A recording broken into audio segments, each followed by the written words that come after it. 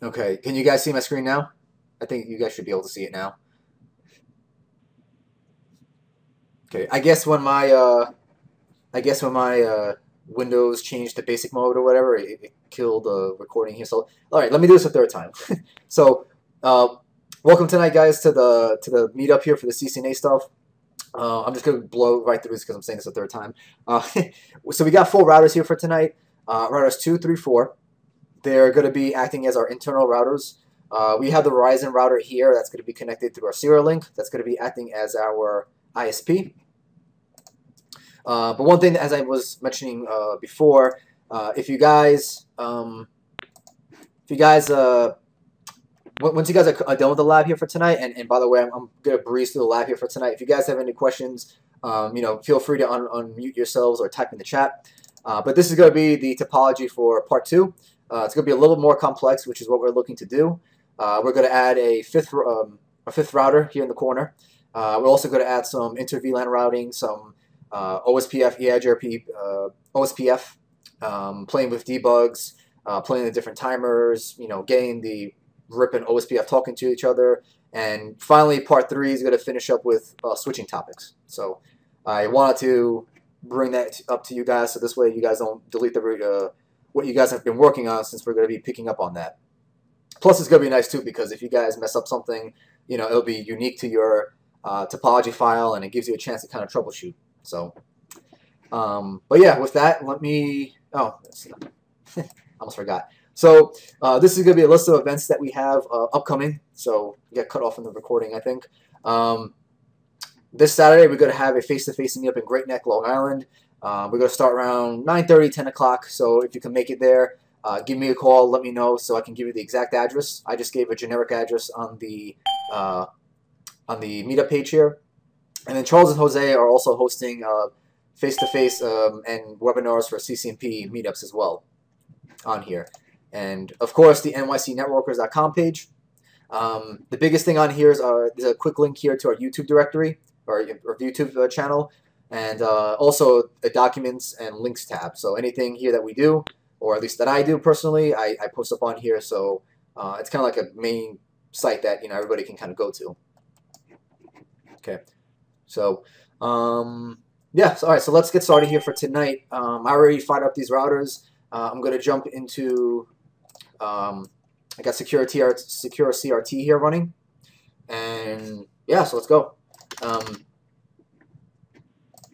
So here are the objectives here that we got tonight. Basically, we have a small branch office that's being deployed, and we get to configure the whole thing from scratch, basically. The switches haven't arrived yet, which is because that's coming in part 2. But at least we can get started with the basic config for our Soho here for tonight. On top of this, we're going to have an intern asking you why for every command, so be ready to explain what your answer is. And that's kind of what I'm going to do here for tonight for you guys. I'm going to kind of give you a little bit extra, probably delving a little bit into the CCNP stuff, but, I mean, let's be honest, in the real world, you got to know NP stuff anyway, aside from just NA. So I'll go a little bit into more detail, but the nice thing is the more you see it, the more it sticks. So also, another thing that we're going to do here is all the routers have loopbacks with their numbers. So like router 1 is going to be loopback 0111, router 2 is going to be loopback 0222, router 3 is also kind of have another one, like 3333. So that's just going to be an easy way that we can kind of reference what the router is. And also, it'll be good to kind of source pings from different interfaces. So we'll see if our routing is actually working. Okay, let me just move this out the way so I can keep an eye on the chat. All right, so as you guys probably saw, we got only 9 objectives here for tonight, so it's not too long, but let's jump into it. So right now we don't have any connectivity between routers 2 to 4 due to having no routing. So if I take a look at my do show IP route, we're seeing what we should be normally seeing anyway. I'm just seeing what's locally connected, and you can tell that by a little C next to all the interfaces. So you can see that that's like a locally connected route. And it even says here directly connected and which interface you're actually connecting off of. Luis, for the lab document, it's actually in the .NET file itself. So if you go to the NYC Networkers page, go to Documents, Labs, and towards the bottom, there's a little Dropbox link, and it's part of the, it's a PDF right in that file, or in that zip file.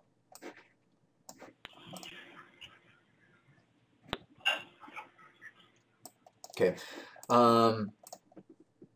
So another thing that you could do also to see, basically, because I know sometimes, at least when I first started doing the CCNA, CCNP stuff, is I always have to constantly go back and forth between my topology to see, and hit this little tab here to see like the little labels, to see who's actually connected to what.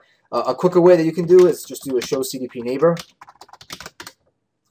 And then this way you can see, okay, network 192.168.0.0/24 is connected to 0.0. So who's 0.0? You can do a quick show CDP neighbor, and you can see that router 2 is connected to 0.0. So that's a pretty quick, fast way that you can do to see who's directly connected, compared to you kind of jumping back and forth between the topology file. So, so we're going to go ahead and choose a routing protocol, or we could do static routing if you want to, and make sure that we can ping everybody, have full connectivity. So remember, since we're deploying this thing from scratch, you know, our manager is trusting our judgment. That's why we were hired in the first place. So also, but whatever we do, make sure that we don't advertise anything out to the provider. I mean, I guess we could if we wanted to, but chances are the provider's going to drop whatever we're sending out anyway. And either way, it's probably not best practice for you to be sending out your internal routes to the internet, aside from the fact they'll be dropped anyway. So, but yeah, you guys tell me. I mean, what routing protocol should we put? Should we put OSPF, EIGRP, RIP, static routing? I mean, you guys tell me. The first one who pops it in, I'll go ahead and configure that for our small network here.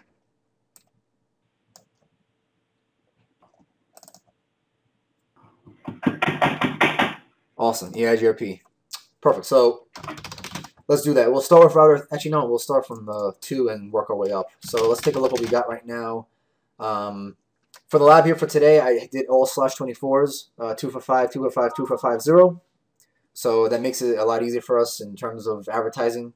So we'll go ahead and we'll turn this on.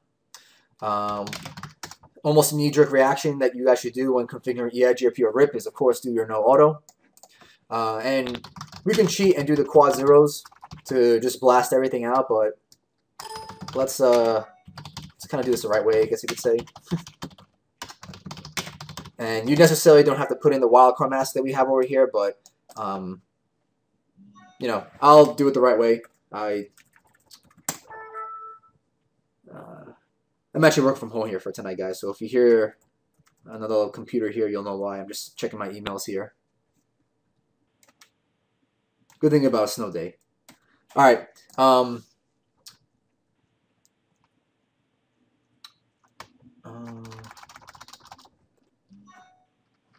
Okay. Actually, no, I don't want that. I want to do this 00. 2100. It's gonna be for our Verizon link, and we'll do the loopback also. We could even also do quad zeros, like look exactly. So this is actually something that I personally like to do to make sure that what I'm actually advertising out is exact. A couple things you can do to verify what you're advertising. I'm gonna go off a little bit on a tangent. BGP, yeah, we're gonna touch on BGP when I'll put together a MP scenario. But I actually just recently took the CCNA, the new CCNA X version 2. They don't talk about BGP, so I had to update that for my teacher certification. So, but one thing that you could do here is, as if you guys have been reading any of the Cisco press books, they're going to tell you put the network statement like this with the wildcard mask 0.255. But I find it's a lot easier to actually just do network 2222 and just quad zeros. It just makes it a lot more accurate, and you know for sure exactly what you're advertising out.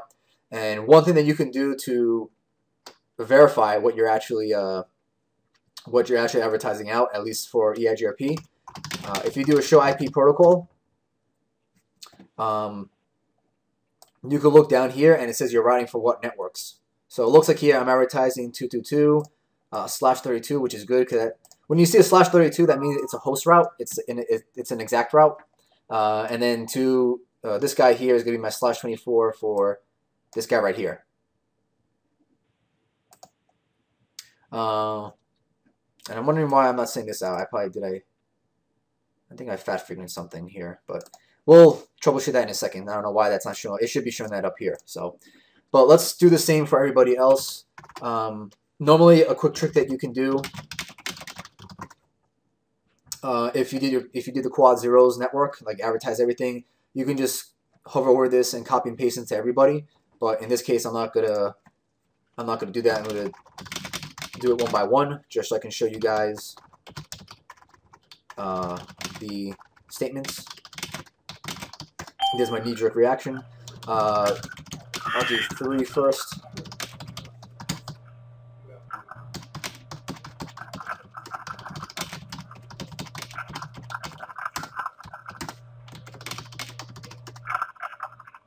Okay, so in this case, it looks like it took it good. I'm advertising out my 3 interfaces here for EIGRP. Let me just catch up with the chats here.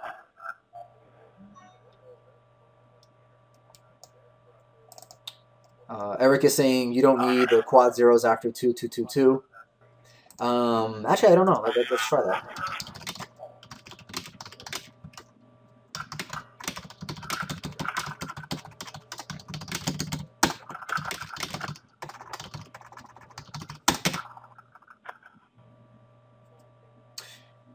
You know what is going to happen is, and Eric, you can kind of see that here. We said here that we want network 2222. We didn't specify a quad zeros like you mentioned there in the chat.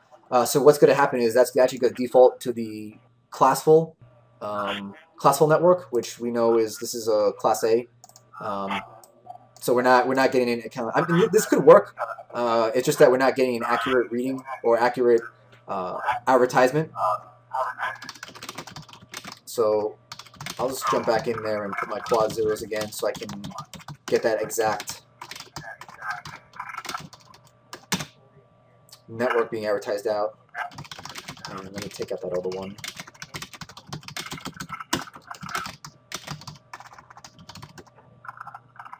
There we go. Okay.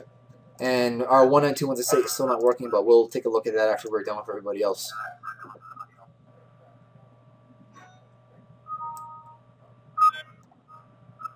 Yeah, we do hear an echo somewhere.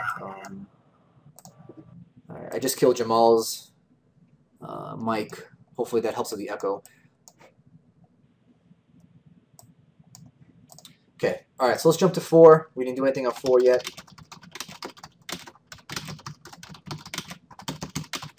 I'll do my quad zeros. We'll do it for this one too.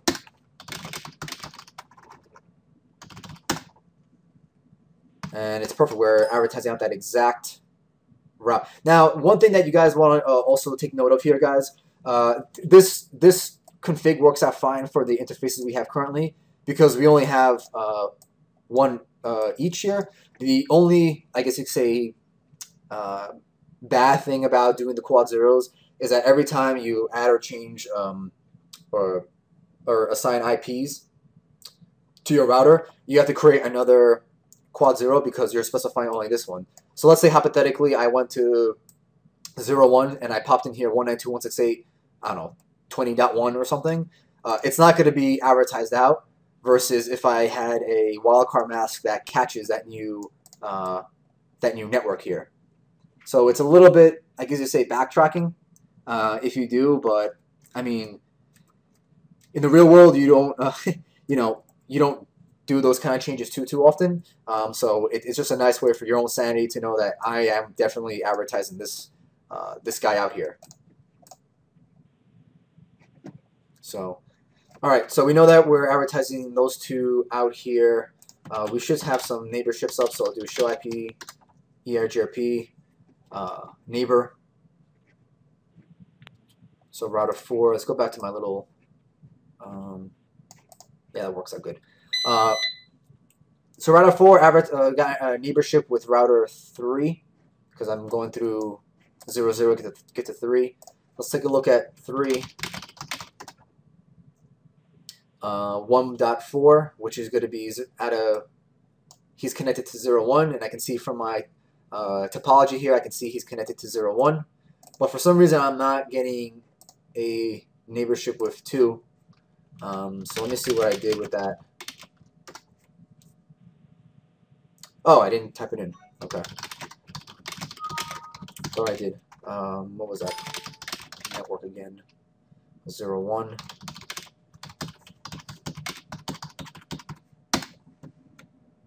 And we should, yep, it's almost instant. We get a new adjacency that comes up. So now if I do a show IP EIGRP neighbor, there we go. And 3 should also have gotten a little syslog message, and it has.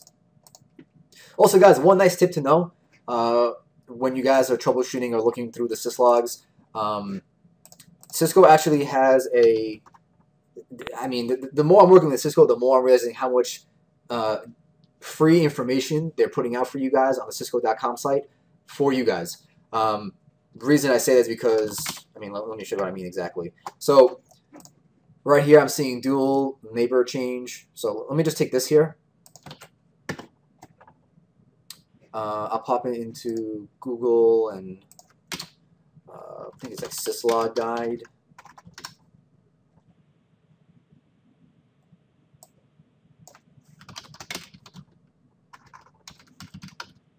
Message.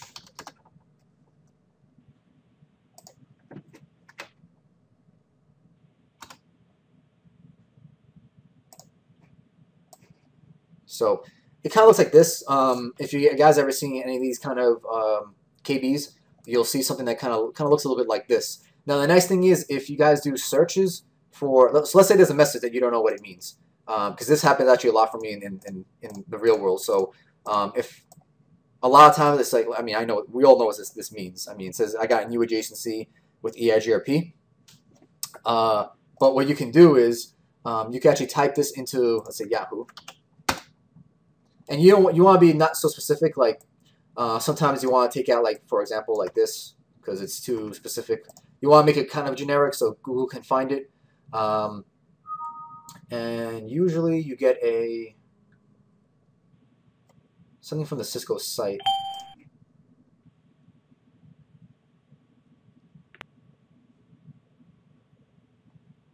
Or maybe it's too generic. Maybe this is why.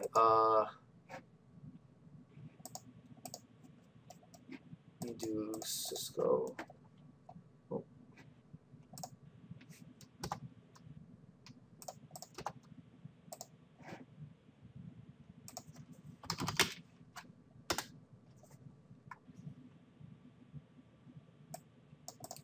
It's probably because this is also really oh, that's what it was. Yeah, thanks, Miowa. Yeah, I was looking for that.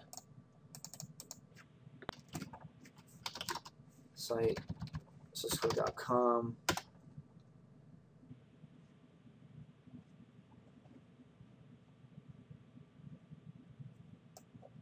I love doing these off the fly, and my examples never work.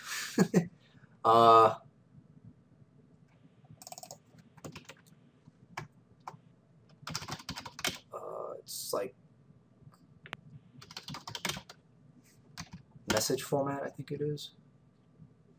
No.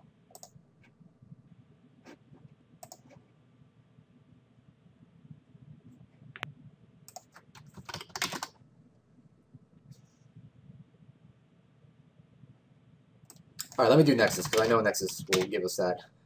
Cisco Nexus. No,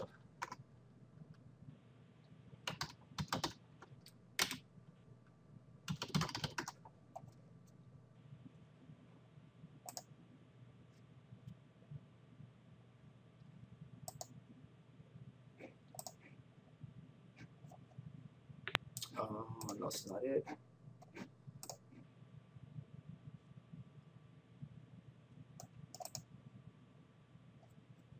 You know what, I'll get back to you guys on this. I don't want to spend a lot of time going through it, but there's a section on the Cisco site that shows you shows you like a list of all like the logs. So let's say hypothetically I know what this means. You can type it into the Cisco page and it'll pop up. I just have to find that out for you guys. So I'll email it to you guys later. Meanwhile, the lab manual, if you go to the NYC Networkers page and go to lab, and it pops up along with the .NET file.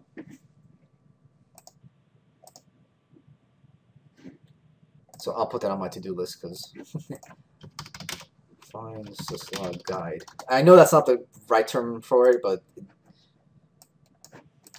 I'll get back to you guys on that. Okay, so let's make sure that we can ping everybody here. Also, one thing that we want to do is don't advertise anything out to Verizon.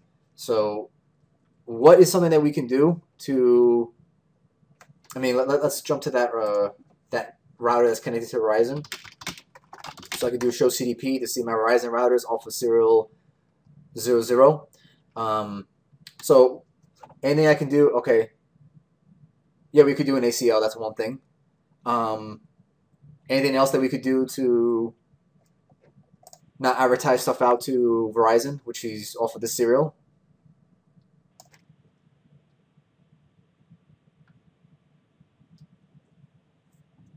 Yeah, we could disable CDP. That's one thing. So we can go ahead and do that. And actually, even better, how do we disable CDP?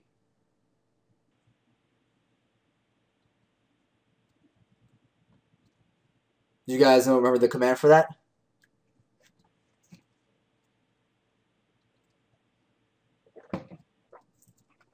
Yeah, so we'll go to the interface itself. We'll do no CDP run. Because you want to also, I mean, it's a little bit confusing sometimes. No CDP enable is the global command. Or CDP, where is it? Run. There you go. That'll run it for the whole router here. And then if you want to do per interface, as we saw, you do no CDP # enable. So that'll kill it for the interface. And then sometimes you got to go. I mean, it just takes practice. You guys can also help with the question mark. So now if I go to Verizon, and one thing that you want to see, you can still see it here. This is because it's going to take some time for it to time out. So if you do entry VZ, no, router 2, I mean. So you can see, where is it? The hold down time. So it's going to, this is going to time down. And then eventually once this timer is gone, that entry is going to disappear from the CDP table. So you can see that it's gone down to 125. So basically, we'll just wait for, we're not going to sit here and wait for it, but you wait for that timer to go down, and this way it'll disappear from the CDP table. Because if I go here, so CDP neighbor, it's already gone from here because we told it to turn it off, but it's still waiting for a reply back from router 2, which is never going to happen. So now it's down to 103. So yeah, Charlie, there's two commands you can do. You can do the global command to do it for everybody, all interfaces, or you could do it on a per interface basis. And one other thing that I want to point out is that's only going to turn off CDP, but for routing updates, and because in this case we're using router EIGRP, you could do a passive interface, and we'll say 000. So it's not going to send out hello packets or anything like that out of that interface, just in case. I mean, if we're sending, or we're trying to, get a neighborship going with the provider, chances are they already got that lockdown on their side anyway. But it's one of those like best practice things that you usually do. So, all right, so that's good. Next up, we're going to configure a statement to redirect all unknown routes to Verizon's 000 interface. So one of the best ways we can do that, and this is actually something that a lot of companies use, they'll create a static route or multiple, like maybe like a floating static route out to the provider. So if I jump on my provider end, I can see here, this is my next hop, 2100.1, and because my end is going to be 2100.2, so quickest way we can do this, we'll do our default route here, and we're going to point it to,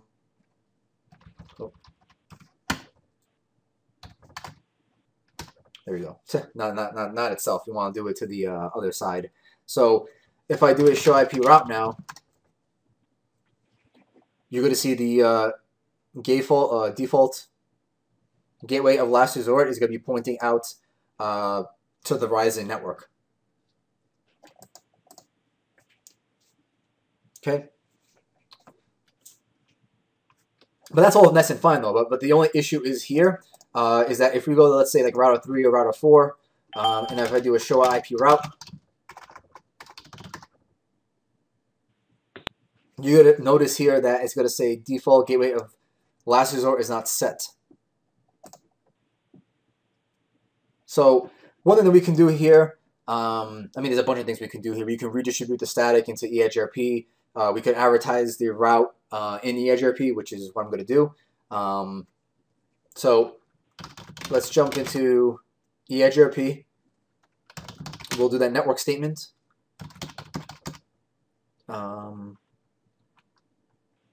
Got two. Actually, yeah, no, we did that already. Never mind. Because we did that route. That's actually being advertised out. So this is a trick that we could use. We can use for EIGRP. Default information.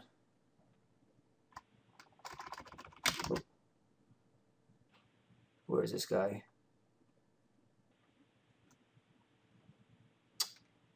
What's the command here? Was like default information originate, or was I thinking about RIP?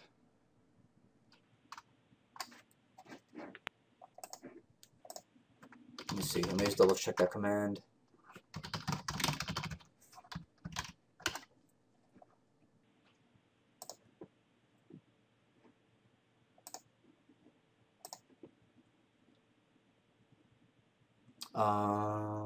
Yeah, it should be in here.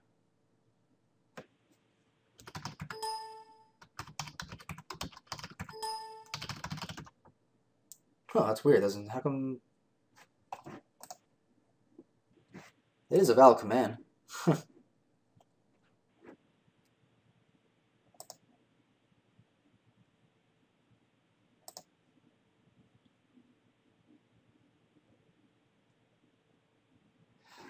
Do you guys get the same message here where it's not letting you guys use the? Yeah, that's the only thing I could think of. That's kind of weird because that's. I mean, it's a fairly recent version, 12.4.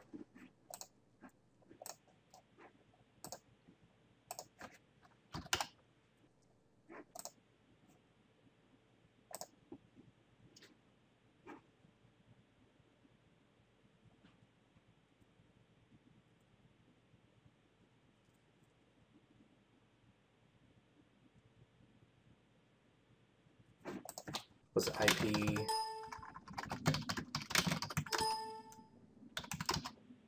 default network?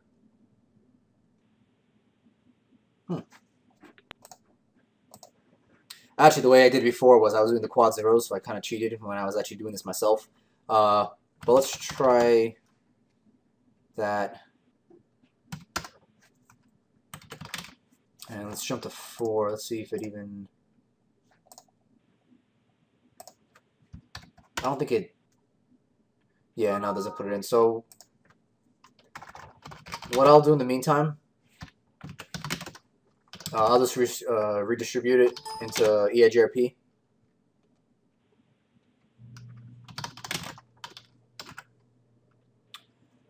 Static.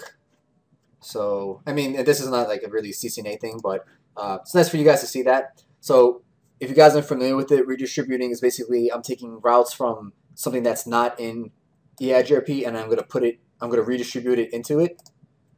So, if I do a show IP route, well, it doesn't really count here because we already have it locally here. But if I go here, you can see now that it's pointing to 1.2. 1.2 being, where's 1.2? Pi 3. Yeah, 1.2. So pointing to here, which in turn should point to 2. Yeah, which points to 2. So it's kind of piggybacking off of each other. Okay, so I should be able to at least get to this interface. So let's try that from 4.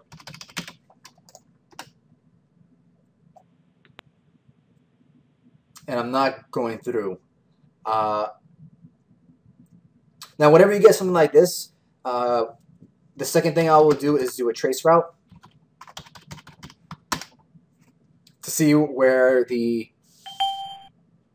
route actually gets to. And this is actually pretty good when you guys actually get to CCNP. This is something that I abuse constantly, is ping and trace route. So this way, this usually the oh, I lost audio. Can you guys still hear me?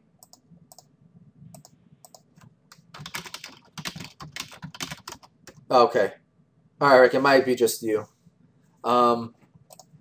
So this is just a way that I can see how to actually where to take a look where the problem is happening. So it looks like it's dying here at router 2. So if I ping router 2, I mean the Verizon router, it looks like it's fine. Let me try ping 1111. It looks like it's fine. Why do you guys think that? Let's take a look at the topology here. Why do you guys think that my route from router 4 can't get to Verizon, even though router 2 knows how to get there?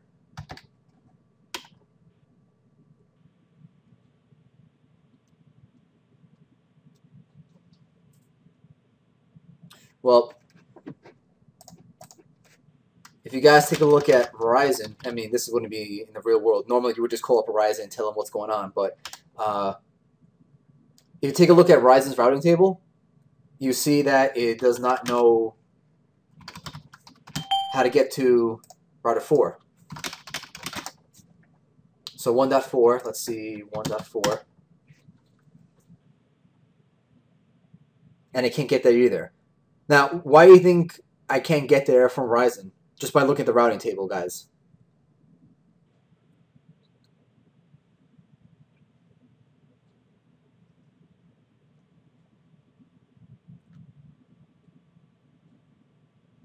No route? Yeah, exactly. So one way that we can fix this up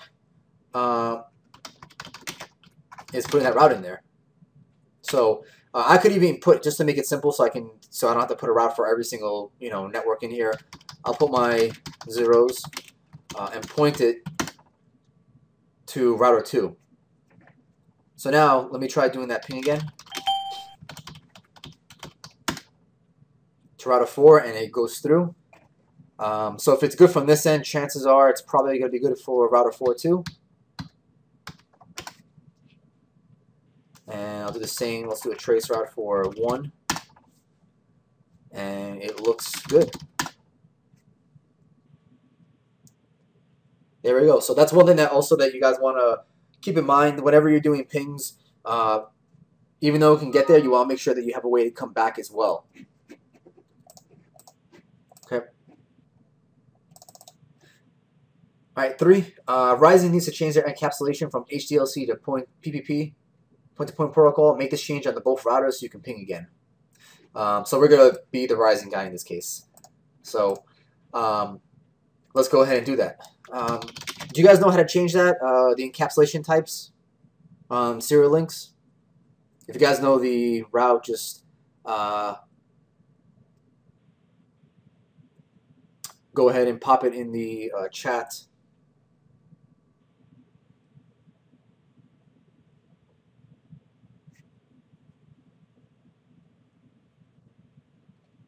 There you go, Charlie. Perfect.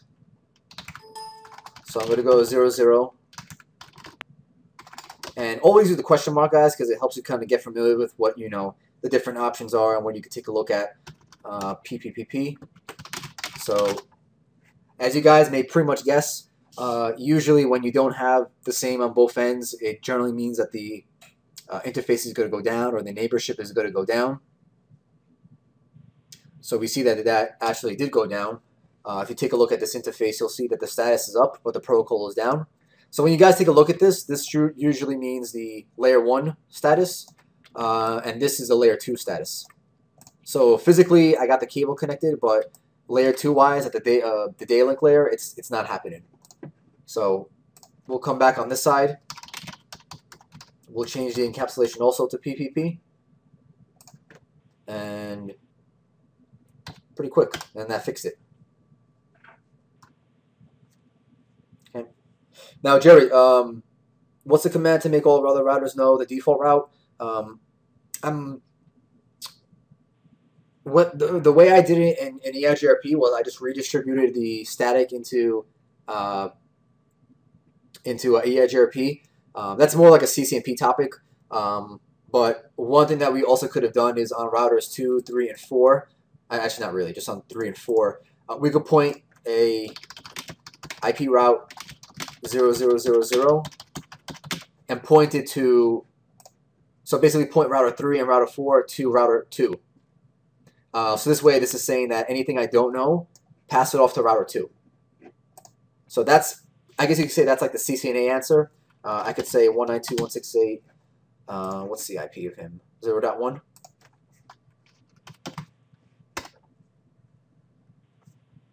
I could say that. Now this brings up a kind of interesting scenario because now I got 2 ways to get there. Because first I was redistributing the static route from router 2 into EIGRP. So this way, instead of me going, I mean, this is a small topology, but let's say I have dozens and dozens of routers. It doesn't really make too much sense for me to go to every single router and put in IP route, where is it? IP route 000. So a quicker way is if everybody's already talking EIGRP, and once again, this is a CCNP topic, but you can redistribute it into EIGRP and let it propagate to the other routers. So, I mean, either one could work. You can, in this small topology, you could do the IP route, or you can just redistribute it. I think actually the default information originate, now, that's actually a, here we go. Yeah, that's actually an OSPF command. So I think when you're doing this for EIGRP, there's no default information originate command. I think what Cisco says is that you either redistributed a static route in. I think that's what their answer was last when I talked about when I was looking into it. So in the meantime, let me turn OSPF off. We're not going to need that. All right, now let's create an ACL on Verizon to block all RFC 1918 private addresses v4 ranges from coming into the Verizon network. But make sure that we can allow all other pings to Verizon's serial 00 and loopback 0 interfaces. So one way that we could do this is, I mean, if we already know what the Class A, Class B, Class C networks are, and a quick Google search helps with this. Class IPv4 private addresses.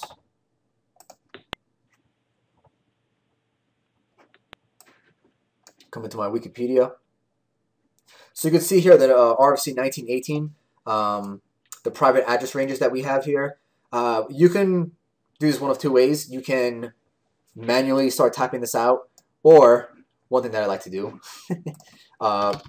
since this is pretty much like a common practice with a lot of places, you can just type in ACLs to block private addresses, and the first hit that comes up is an ACL that's made for you already. It's pretty common these days to want to block private IP addresses from your firewall or your network to avoid DDoS attacks. So we can just literally just take this, jump on my Verizon router, and just pop them in. I mean, of course, we want to know what we're typing in here. I mean, we don't want to be just like, you know, manually copying and pasting things and that we don't know what we're doing here. So let's break this down here. IP access list. So there's two ways that we can make access lists here. One is just access list question mark. This is the, I guess you could say the older way of making access lists. You would choose between 1 to 99, which is going to be your standard access list. This is where you can only catch traffic based on the source, or your 100 to 199, which is going to be your extended. This is where you can catch on the source and destination. You can catch the port. You can catch the type like TCP or UDP. So in this case, in the example that they had in the page there, we're going to be using IP access list extended. So you can even write extended, or you can do IP access list question mark extended, and then you're pretty much in the same spot that you were when you were doing this access list question mark. You see the same similar list here. So they're pretty much, it's almost like the same way to get to it, but the IP access list I think is like the newer way of doing things, because it gives you more options here. Like I can resequence the sequences, because once you create access lists, you got multiple sequences in there, so you can like kind of mix and match around where you want to put them. So we can give it a name. In this case, we gave it, or the site gave it the name of DMZ underscore block. So I'll just type in the same thing again, block. Now, anytime, one thing that's good for the real world to know, guys, when you ever see an exclamation mark, this is like a comment. So the router is not going to process this. So I can type in here and say yada yada yada blah blah blah blah. It's not gonna do any damage to it. You're not gonna get any messages. It's more like a comment for you to know like what's being typed in. A lot of people do this as a way of you know, as their notes, they'll put that in there, so it's a way for them to say what it means. Here we go. Luis, I'm gonna copy the link into the chat. Okay. And the rest of the stuff, we can hit question mark here. We can do our deny or permit. Of course, here I want to do my, I'm going to deny. We'll start with a Class A address, which is, we're going to say IP. So IP is going to catch everybody, or you could be more specific. You can catch EIGRP, you can catch ICMP, you can catch the pings, you can catch multicast stuff, or TCP or UDP. You can get really specific with the extended. But in this case, I want to kind of catch everything, so I'll do IP. Question mark. I want to catch this range, the 10 range, because if we go back to, close out the window. IPv4 private addresses.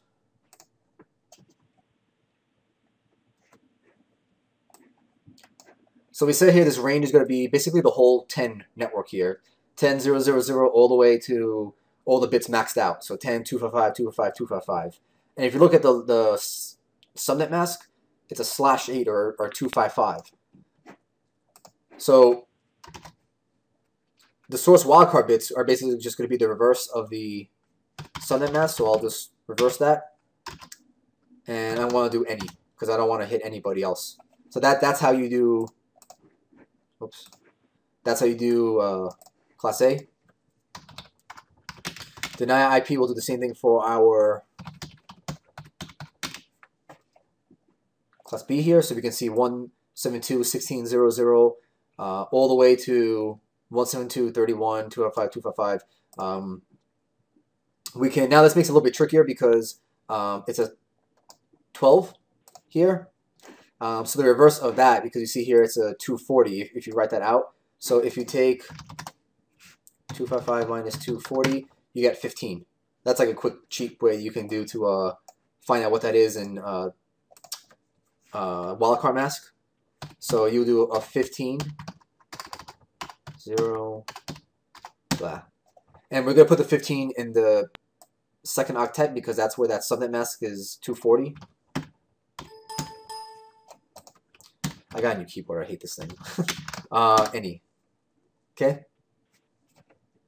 And for our Class C, this one's a little bit easier because it's a clean 00255. So the mask could be a /16, and I got my 192.168.0.0. So I'm going to do a deny IP 192.168.0.0, and I want to block it to anything.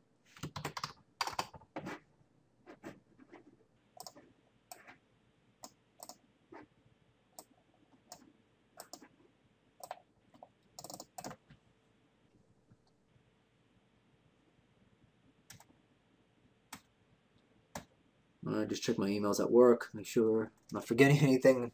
All right, so that's all good and nice. We did that. Now, can you guys tell me what are we forgetting here? Like, or so we create the access list to block these private addresses. Yeah, permit. All right, so one thing is that we have to add to the bottom of this list, and one way that we can do is a show access list, which means that we're gonna show all the access lists in the on this router. You can do that, or you can do a show IP access list.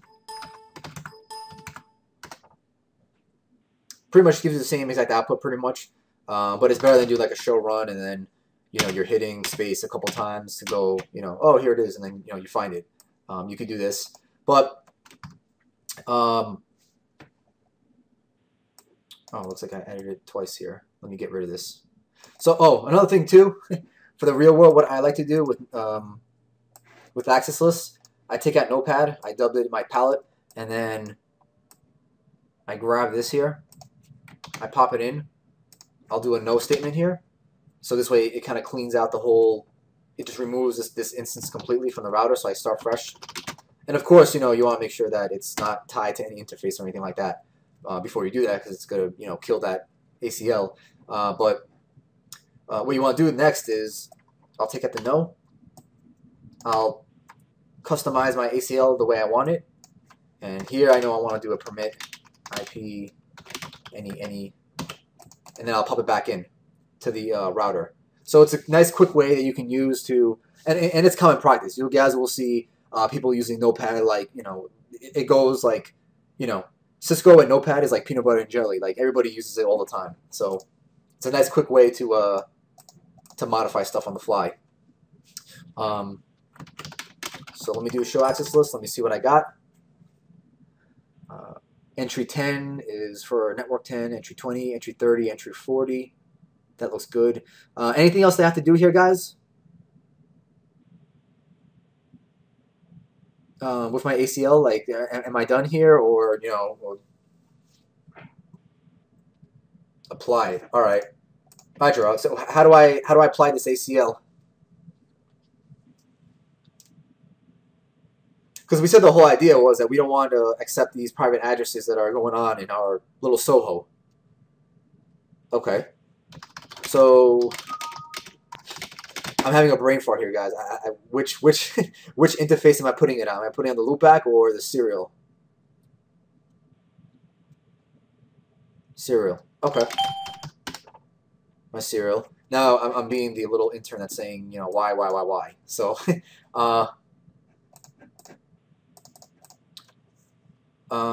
okay, so I read in my CCNA book that it's IP access group, ? The name of the ACL, so I called him DMZ block. I'll pop him in. Oh, he doesn't like it. All right. In or out. Where do I put this in? Do I put it inbound or? Okay, inbound. All right. Now, why do I put it inbound, Luis?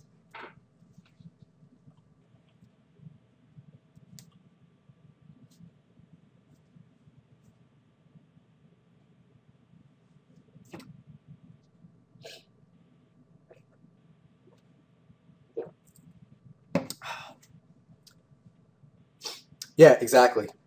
So what's going to happen is from routers 2, 3, 4, that's all my 192.168 traffic. I mean, we're not advertising anything out because we put the passive interface command, and we turned off CDP going down here. But just in case, I mean, it's best practice usually for ISPs. They block that kind of stuff anyway. It's going to come into the router, so I'm going to put the in command. Another nice way you can check this. You can do your show run interface 000. It'll give you a quick snippet to only that interface itself. So you can see that I have this axis applied. One thing that you guys want to make sure also is that you can only apply an ACL, or you could, per interface, you can only apply it once. One ACL per interface, per direction, I think it is. So I can put another one, I can put another ACL outbound, but I can't apply like 2 ACLs to the same interface in the same direction. It's basically 1 ACL per direction. Another thing you could do here is show run interface 000. I want to say switch. Actually, maybe we can't do it here. I don't think we could do switch port here because it's a router. But I do, guys, want to give you the command show run.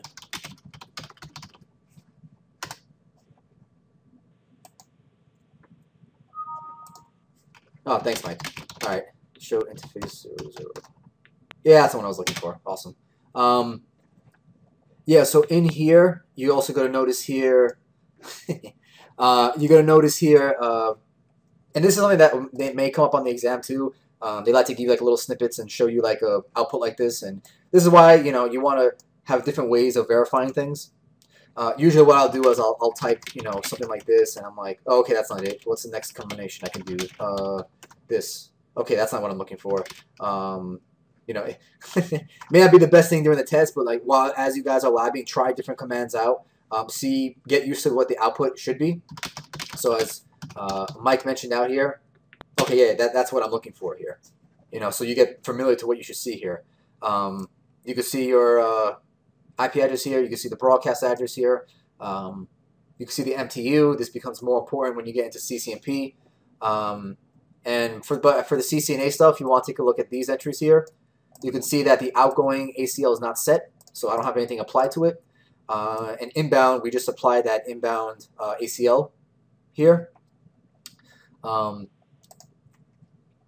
helps to see here, you can see that split horizon is enabled. If you guys are playing with EIGRP and RIP like the way we are doing this lab scenario, that may or may not be a good thing. So that's one thing that you can do. And one thing to notice also, notice on here it doesn't say split horizon enabled or whatever the IP split horizon, I forget off the top of my head what the command is. But chances are if you see something that's set that's not here, that means it's the default. So if I go here, IP split horizon, EIGRP, we'll say 1 because we're using 1. That'll turn it on.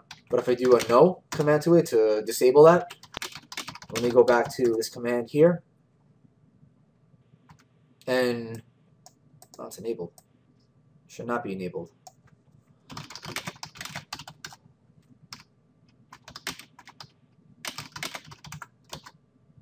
Let me just do that.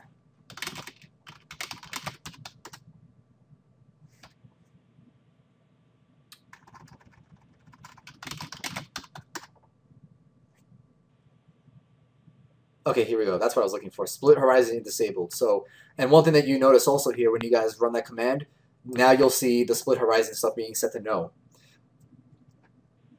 So that's one thing to keep in mind. If you don't see it on there and it's set, that's probably because it's the default. But in my case, I'm going to turn these guys back on because I want it. And let me just verify that.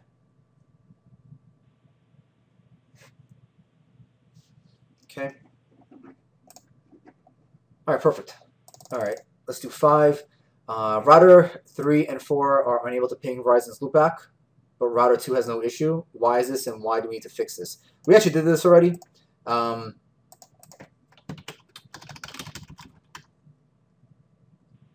Oh, actually, we didn't. Hold on a second. We got all U's here. Now, generally, when you see U's, actually, this is nice. This didn't. I feel like Mayowa right now. This stuff is happening that I did not do when I did this lab the first time. When you see U's here, that usually means that there's an ACL blocking it or potentially blocking it. So let's go back to our Verizon router. And oh, look at this. We're getting hits here. I was not planning this. All right. So this is showing here that actually that ACL that we created under item 4, objective 4, is working. So one thing that we can do, let's see, router 3, router 4 on it to ping the loop back, but router 2 is no issue. I did this lab yesterday, so hopefully I can fix this here. I can ping it from here though. I know what I can show you guys. Let's see what the objective is telling us here. So let's ping it from router 2, and it works fine. Let me do my ACLs again here. I'm getting permits going by, so that we know that's working fine. I mean, let me tell you guys. Let me ask you guys here, and Mike, shush. Let's leave it for the other guys here first. Yeah, sorry, man. What can we do here on router? Well, let's keep it the lab guide here. 3. Let's try to ping from 3. The loopback. I'm getting used. That means that an ACL is probably blocking it, and that is the case because my deny jumped to 60. All right, Charlie, we're getting there, Charlie. That would fix this actually in this scenario, but there's something else that I want to bring up that you guys can see. Aside from that, is there anything that we can do here to fix this possibly? Because the objective is only saying here, it's like, why is this and what do we need to do to fix this? Now, Nat would fix this because it will come out as a it will come out as this interface here. So let me try this. Let me do a 1-1-1. I'm going to source it from 0-0. I can't ping it if I source it from this interface here. That's because it's being caught in that ACL. But if I ping it regularly, or like just by itself, it's going to use the serial to get there, which obviously is not getting caught in our ACL here. That's why it's passing through. Now this is, I mean, I kid you not, guys. I saw a guy on the job use a source command one time, and I'm like, I was like, what is that? How does that work? So let me demystify it for you guys here. Learn this now instead of learning this while you're on the job and you look like an idiot. The source command is really helpful as a way to test pings from different interfaces. As you guys know, a router divides networks or subnets, so it's going to take the, well, let me show you guys here. If I want to get to 1-1-1, it's going to use that serial interface. That's why it's not really, yeah, exactly, Franklin. So I was just about to get to that part. It's pretty much like an extended ping also, using a source interface. So I want to use IP. Yeah, there you go. Now you're seeing it in action here. The only thing that's extra with the extended ping is that it has a couple extra bells and whistles that you can do with a ping versus just a regular source. You know, you don't get to specify stuff like the repeat count. So if I want, I could do like 20. You can change the datagram size. Let's just change it around. We'll do 5. We'll say yes to extended commands. Source, address, or interface. We'll say F00.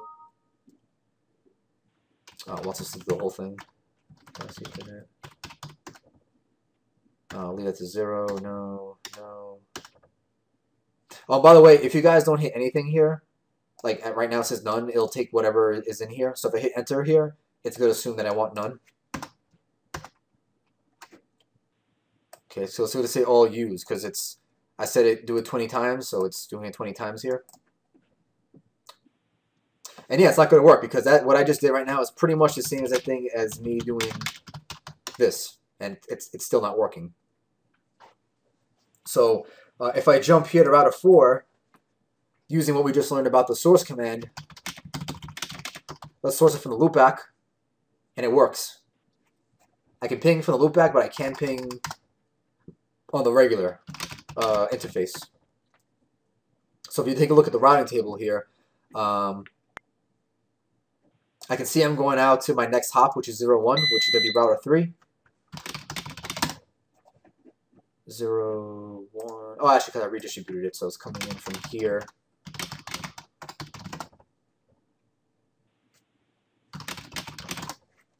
So 0, 1 is going to be R2 right here because I redistributed in here. So why, I mean, you guys tell me, why is it not taking when I ping regularly using the regular routing table, but if I source it from loopback 0, it's working. And by the way, loopback 0, if you guys haven't seen, is just the IP address of all 4s.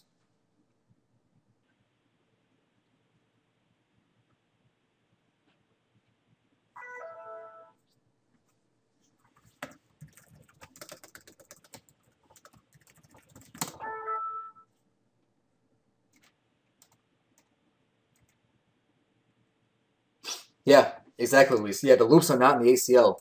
So that's what you can see, you know, those ACLs going through. Because I'm sourcing it from that interface, I'm not going to bust out the whole packet header or whatever because I don't even know that myself exactly the whole thing. But basically the source is saying that I'm coming from the 444 network. I'm not coming from this 192 network. That's not me. This is me.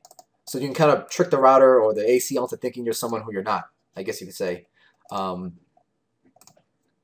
yeah, why is this? And which we figured that out already. And what do we need to do to fix this?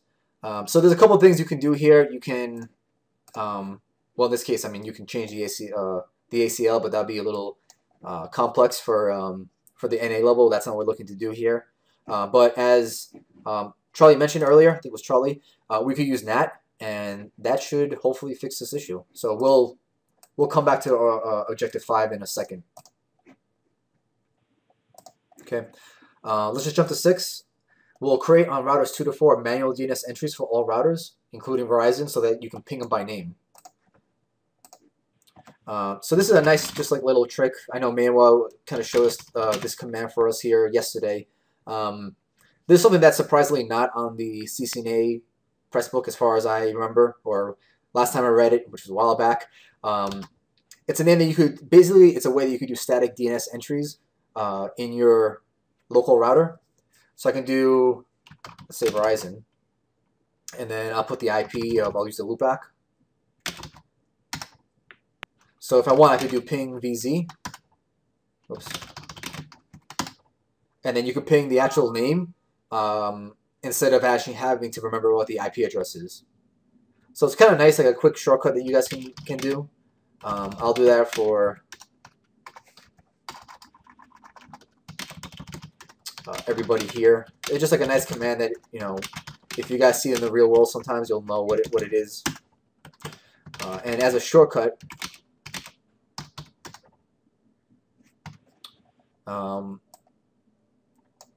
I'll just whip up my palette here, copy, and just paste it into everybody. Just makes it a little faster.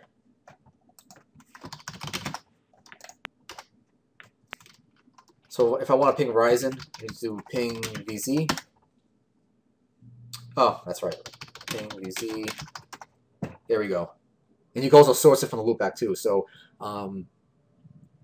pretty straightforward, pretty simple. But as I mentioned, it's something that they don't teach you in the CCNA level curriculum from Cisco. I don't know why, but it's pretty basic command, but pretty helpful to know. One thing also I want to mention with 6.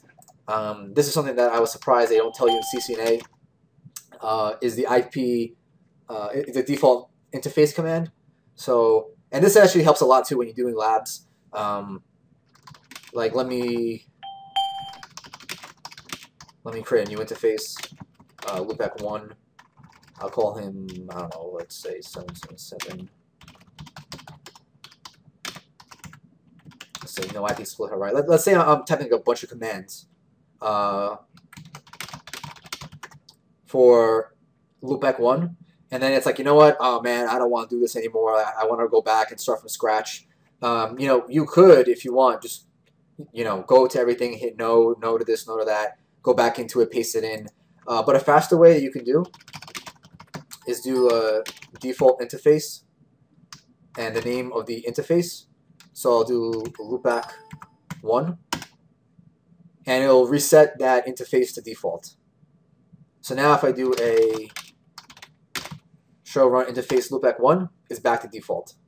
So that's another nice trick to know. As like I mentioned, I'm shocked they don't teach you about that stuff in the CCNA level, but it's a handy command to know, especially when you're doing labs. Okay. All right, so let's start doing some of those security stuff on our routers here. And Charlie, don't worry, we're going to get to NAT. That's going to be our objective down here. So there's actually a couple. 7's kind of long here.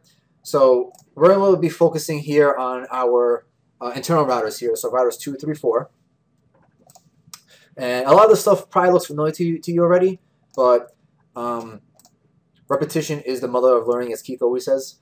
And the more you do, it's kind of like, you know, when you got those like door key card things, or those little punch. You guys know what I'm talking about, right? Like those little doors that have like the numbers on them, and then after a while you forget the code. Your hand just goes by itself. It's like a muscle memory reflex. You know, you guys want to be at the same level with this kind of stuff here, especially the CCNA stuff. Should be it's a foundation for everything you do moving forward to MP. So if you can become like a muscle reflex for a lot of stuff here, it'll just help you a lot in the long term. So anyhow, let's do disable telnet, configure SSH version 2, and allow only this on the first 5 lines. There's no need for us to touch the console line. So this is probably one of the first things you do when you set up a new router or switch in the first place. So let's just take a look at what a regular lines are. So real quick here. So line console 0, as the name implies, this is going to be your console port parameters. So that's what you said here. By default, GNS3 already gives us these statements in here for us. So exec timeout 00 is basically going to say never timeout. Leave us always signed in, which is never a good thing in the real world. Privilege level 15. So when you sign in, you immediately jump into enable mode. You don't have to notice, actually, you know, at least guys who are using GNS3, whenever you load up an iOS router, generally you don't have to type in enable again to enable mode. It just jumps you into it. That's because of this command here. It's pushing you already into privilege level 15, which is like full access, you know, domain enterprise admin, you know, status. And of course, login synchronous. This is going to be something that stops the router from interrupting your typing. Really, really helpful to pop in. Aux port, this is the same thing as a console port, but it's it was meant for like 56K modems if you want to dial into the switch. I've never seen it used in production. Mike, you know, you could probably say, you know, I don't know if anyone else or Mike has seen something like that in the field. I've never seen the aux port being used ever, so I can't talk too much about that. The aux port, I don't know, have you guys ever seen it ever being used in production? Yeah, for dial-in access. Yeah, that was the same thing for me too. I've only seen it being heard for a modem, but yeah, I've never seen it in production. I just know that that was the whole purpose behind it. And VTY lines. So here we go. This is what we're talking about when we're talking about telnet or SSH. So if I do line VTY question mark, technically here, I guess you can, you know, telnet or SSH into this 1,341 times if you wanted, because that 0 counts. The 0 does count. But the objective is telling us here that we're going to use the first 5 lines. And generally, I don't know. For the most part, you only need 5 lines. I don't think, you know, more than 5 people are going to be accessing a router at the same time, especially if they're making config changes and whatnot. So remember one thing, make sure that you start at 0. Don't make the mistake of 1 to 5. I mean, you could do that if you want to.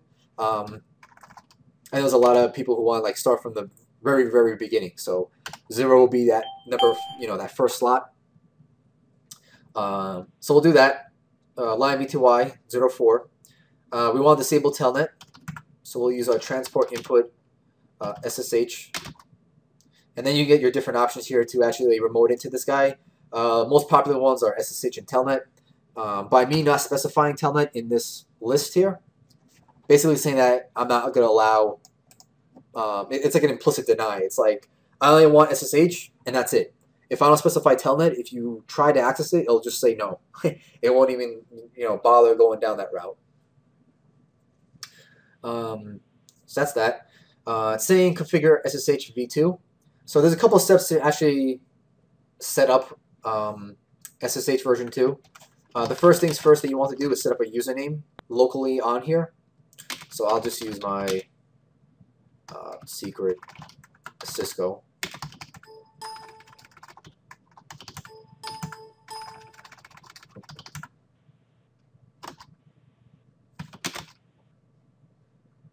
Secret Cisco. Okay, so let me just explain to you guys what I just typed. Usually what the book tells you, let's type it in. Usually what the book tells you, it's like, all right, just type in this, Zambrano, secret, Cisco, and you're done. Okay, that's nice. And actually, you know what? Let me do another one. We'll call him Bob. I don't know. Let's filter by username, so I only want to see the username parts. Now take a look at this here. This is the gibberish, which is like the hashing MD5 hash, the gibberish here of a password. But username Bob secret 5. Now I'm pretty sure, and we'll test this out in a second. If you don't specify privilege level 15, it will not give you full access for this particular username. This is like, when you got your Windows stuff, you go right click, manage.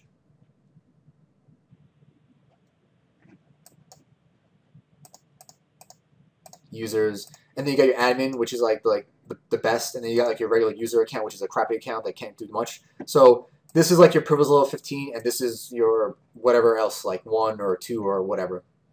Bob is only going to have a level of 5, and then you have 15 here. I mean, let's test this out. I think that's how it works, but just to play on the safe side, guys, you always want to hard code. Put down here privilege level 15 if it's going to be your like main full admin account, because the last thing you want to do is when you're setting up SSH, and I've done this plenty of times when I was first playing with NA, I will lock myself out the router because I didn't create a username before enabling SSH. So make sure you definitely put that command in there. So that's that. The second piece that you want to do with SSH is to set up a domain name. So we'll call it meetup.com. And then this is something that is almost like muscle reflex for me now. Crypto key, generate, RSA, general, modulus. There you go. It's just something I've typed so many times, it's just like a muscle memory for me. This is just a command that you just flat out have to memorize. Once you get into like CCNA security, like you'll know more of the meaning behind this command. Basically this is saying create a new set of keys, a private key and a public key. This is a general key, so it's like the one used when you actually try to access the router. And you gotta set a key size of 1024. Generally, you want to do 2048, I believe it is. For the CCNA book, it uses crypto key generate. Actually, let's try that. So crypto key generate RSA. You can stop here because you have a little caret sign down here. So I'm pretty sure. Yeah, it says you already have a key defined for Meetup. Are you sure you want to replace them? I don't want to do in this case, but okay. So this is where you guys are getting your money's worth here, even though you guys didn't pay anything. So you can go further than what the CCNA book is telling you. You can make up your own keys, like you could use keys, label, and this could be something like I don't know. You could type in a name here, and then you can make up different keys. So think of, for some of you guys who have gone to the CCNP stuff, remember when they talk about EIGRP authentication and keychains? Think of this kind of like a keychain for your router. Instead of talking about your routing protocol, you're doing it for the global router itself. That's kind of like the quick explanation of that. So you can if you do it right like this, it's just a quick and dirty method. But if you want to go more fine-tuned, you can specify modulus, and 1048 is the best security. And actually, if you do something that Mayowa did yesterday, Yeah, sure, why not?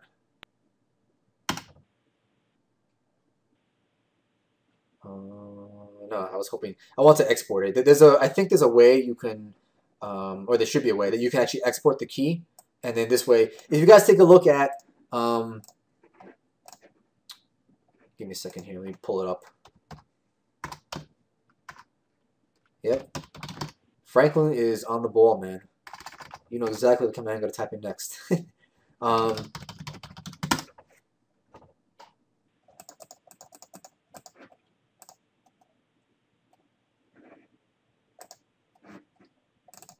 Okay, so this is my I guess the group's meetup page for YouTube. If you guys take a look at CCNA Security Part 3, which unfortunately was not that big of a hit. Not many people liked it. Not that many hits on it. But if you go into this, I go into a lot more about the public and private keys and importing and exporting and taking the key and then you put it into Microsoft services, Microsoft security services, certificate services. And I do this with the router and the firewall using all GNS3. So I can, let me see if I can get a picture of how that looks.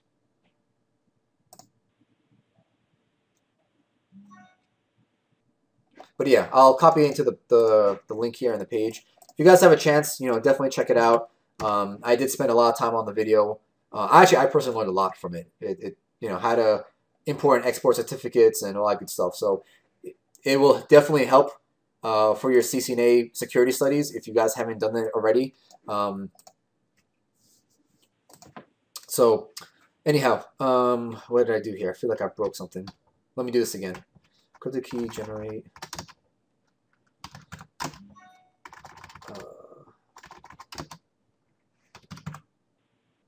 Oh no, I want general because I just want like the general modulus. I'll do 1024 because that's the only one I want. Okay. Yeah, I didn't want it at SSH version 1.5. I wanted at least 1. But as Franklin mentioned, we want that key command, IPSSH version 2. Because if you do a question mark here, you only got 2 choices. You either got 1 or 2. So I do want option 2. And that should be it. So let me just verify what we got. When you first do it, it is a little confusing. Yeah, thanks, Jerry. Yeah, and local, yeah. So we got the username, which we're actually going to test that both because I'm curious. I believe Bob is not going to give us the full access because he's at level 5, I want to say. I'm hoping that's not because it's MD5 hash, I believe. But yeah, I hard-coded privilege level 15 here, and I didn't hard-code it for Bob. So let's see what happens. Yeah, MD5. Yeah, that's what I thought. Okay. Yeah, so this file has nothing to do with it. That's just saying the type of encryption that we have for that password. We got version 2 for SSH. So we got login. We got, yeah, we'll do login local. So we'll say that we want to look at the local user database. I should do a question mark here. Local. Now, this is going to, if you take a look at the next objective here for 7, we want to configure AAA authentication. Create a local username on each router that you'll be using after you SSH the routers. So we're kind of doing we're kind of jumping a little bit ahead here.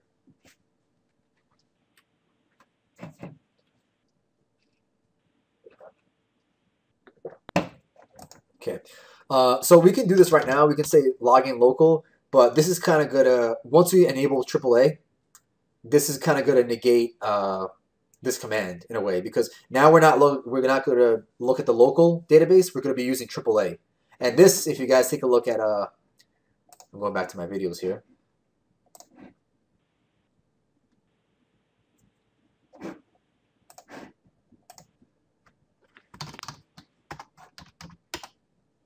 If you go back to the YouTube channel, look for part 1.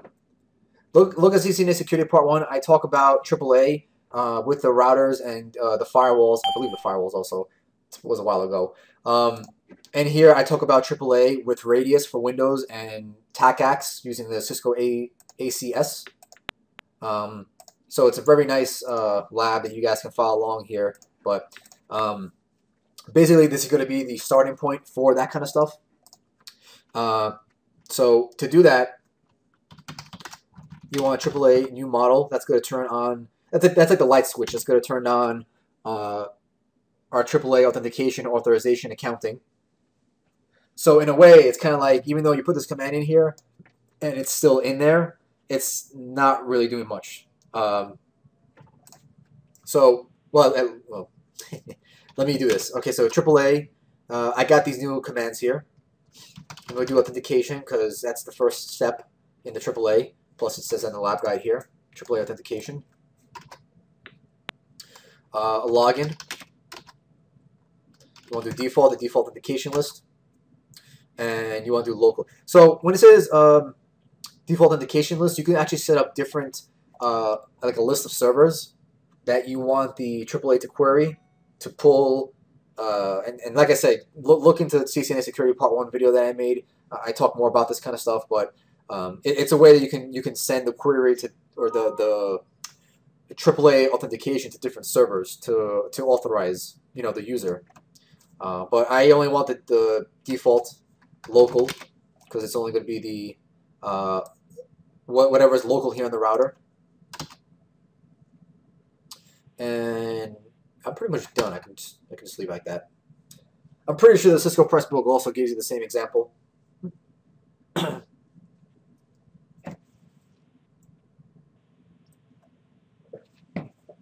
Okay, so that should be it. So let's exit, get back to our console. Username. So we'll use Bob because I want to see what he gives us. And apparently, well, actually, you know what? This is not a good test because in the VTY we said privilege level 15. So let me take that out.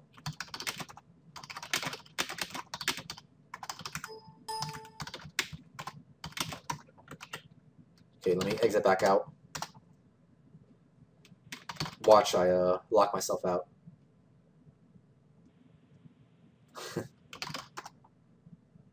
Okay, probably not. Mike says do a show privilege. Okay, let's take a look at that. And okay, all right. Oh, this is a nice command. Show privilege. Look at that. That should be in the CCNA. I don't remember that being on any of the books or even the CCSI stuff. Yeah, Luis, this is for your console. Show user. Yeah, so I can see that I'm logged in as a console, as user Bob, idle time. Oh, yeah. Huh. Okay, never mind. I'm thinking I'm telling anyone, I'm really not. You know what? Let's do this. Okay,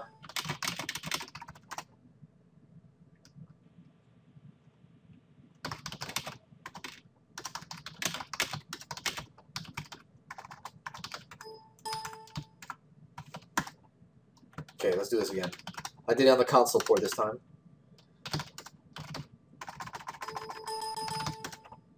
There you go. That's what I'm looking for. Enable. All right. So see, that's what I was referring to, guys, about earlier, that if you have the privilege level 15, it'll instantly push you in there. But yeah, at least we know now that I'll use my account here.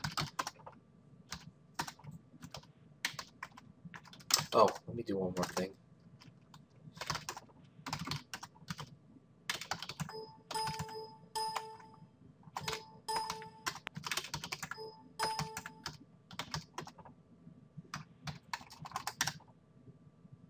Okay, apparently when you don't specify a privilege level, it already puts you at 15. So, okay. Yeah, that's what I want to test out. Okay. I just have a habit, I like to hard code it just because, you know, I want to make sure, but it looks like it does it for you already.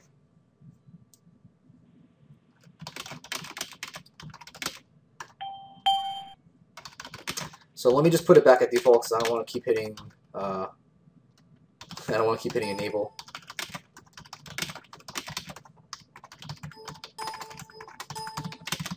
Okay. Great, so that's done. So we did this, these here. We'll do the next for routers 3 and 4. It's basically going to be a copy and paste for the rest of them. So we'll fly by 3 and 4. This is actually new for CCNA that they don't really mention too much. It's pretty brief. So just as a reminder for you guys, configure router 3 as the NTP master for the network. Have routers 2 and 4 be the clients to pull the right time. So this is kind of like an order of operations, I guess you could say, for this. So you want to do, you could do a show clock here, and of course, out of the box, this is not set to the right time here. One thing also to note, if you see this little little star here, that means that the time has not been changed. It's set at default. So we want to go ahead and change it.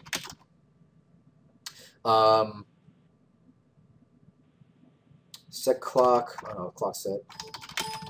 We'll change this to, what time is it right now? We'll do military time. So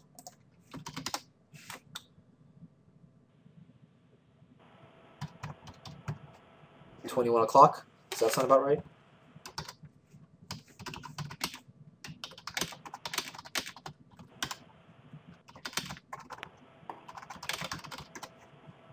There we go. So now we got the right time here. So what we want to do is just, it's one command, pretty simple, NTP. And you see here master. And you can specify the stratum number. This is basically just saying that the farther away you get from one, the less reliable you are. But I'm just going to put just like that, master. And I'll jump on 2 and 4, and I'll just have them point NTP server. Funny enough, when you do the question mark here, it doesn't tell you that you have to put an IP address here. You just have to know I want router 3.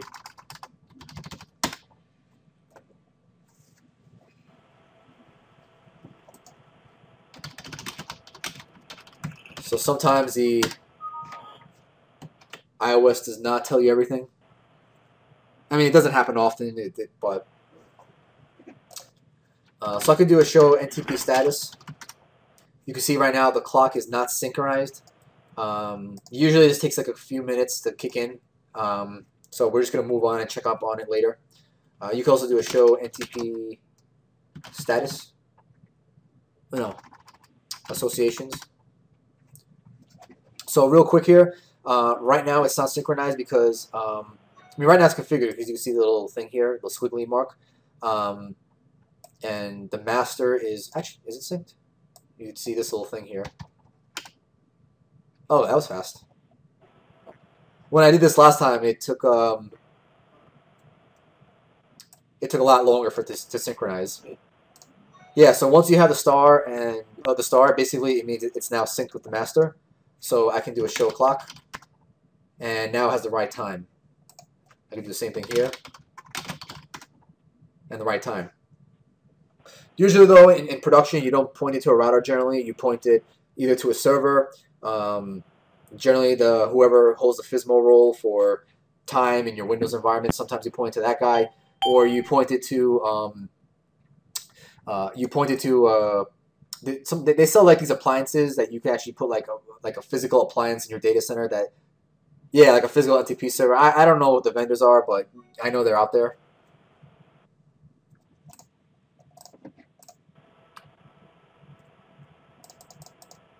Okay, so that with that, configure banner messages for anyone who logs in via SSH or console. That only authorized users can sign in. So it's pretty simple. We'll go to config t banner, and this is one of the things that you only do like once ever.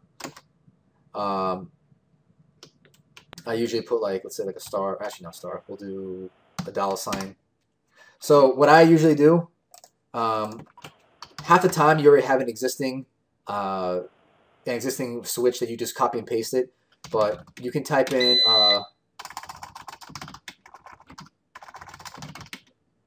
Cisco banner examples into Google, and I just take one from from somebody. Let's see here. Anybody good I can take? They're usually existing already, so I mean, you normally don't have to do this. Here we go. We'll use a free CCNA workbook, which is actually, by the way, a really good site for free labs and stuff. There you go. So you start with the $sign, whatever the delimiting character is. So now if I do a exit, you get that little banner message that pops up.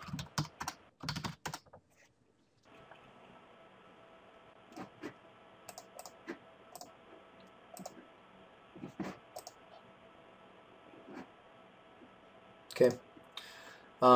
This was pretty simple. Configure password encryption for all existing and future passwords. This is another one of those like knee-jerk, you know, knee-jerk commands that we all kind of memorize and learn after a while. Service password encryption. Most of the time, this is enabled already on most devices that I've seen.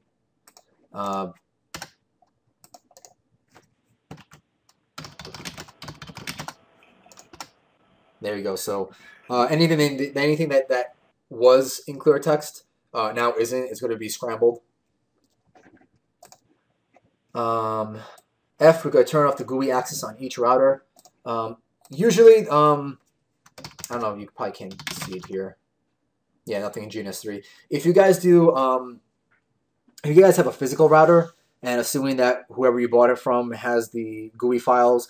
Generally, you'll have like HTTP files or GUI files in the router's flash. So you could, if you want, administer a router or a switch through the GUI.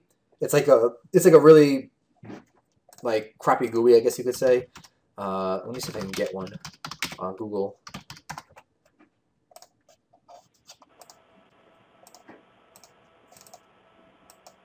They kind of look like this. I don't know if you guys ever seen this one, something like this before. It's a really basic way to configure the switch or the router. I've only seen one person use this one time, and he was not a Cisco guy. He was like a journalist. So no shame in that. But you know, yeah, it kind of. Well, actually, Luis, if you got SDM, get rid of it. Burn it, delete it. Don't use it. That thing is so old. And last time I taught a class, and I couldn't. Before we got rid of the old CCNA, they were still teaching SDM, and I just told my guys flat out, I said, listen, learn it for the test, but it's useless in the real world. You know, they got better ones out now called like the CCP, Cisco Configuration Professional, which is like the upgrade to the yeah, exactly, and it will only work for old Java versions, which was a hassle and a half just to get working. But if you do have well, anyway. So right now, out of the box already, it's already set to no. But sometimes one thing you want to check on your routers and switches is if this is set to no. To turn off IP HTTP server and also for 443 for your HTTPS. So anytime, most production routers that you normally turn this off, but that's just something good to know.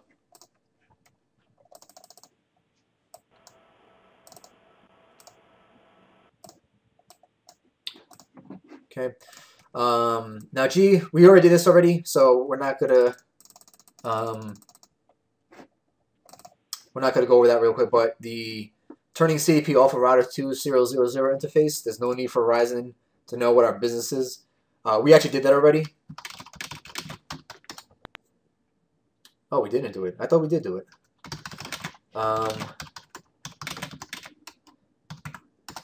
No CDP enable. I could have sworn we did that. Actually, Frank, didn't you mention that, or was it Luis?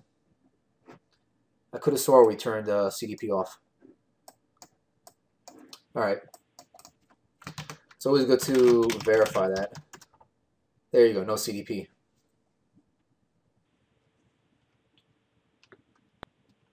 Oh, I did it. Oh, that's right. Yeah, we did. Which actually, a good thing. We can take a look at our CDP table.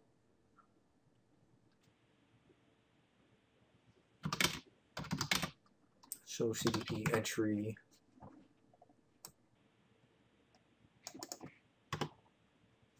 "94 seconds." I thought he would have died by now. I guess I turned it back on by mistake. Or oh, you know what? I think I turned it on globally. CDP.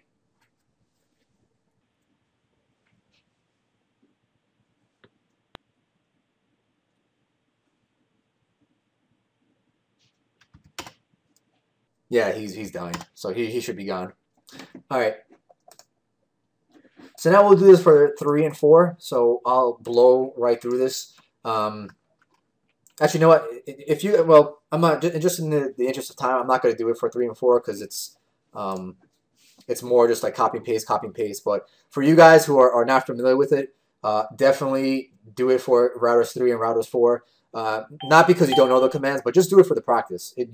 Once again, you guys want to do the muscle memory. You guys want to have it off the tip of your tongues when you guys are configuring this, since it is the basics. So I'm not going to do it for 3 and 4. But one thing that I do want to do is test SSL. So I'll jump to router 3, and I can try telnet, but as we saw before, we disabled telnet from router 2, so that should not work. So if I do telnet router 2, oh, what did I do?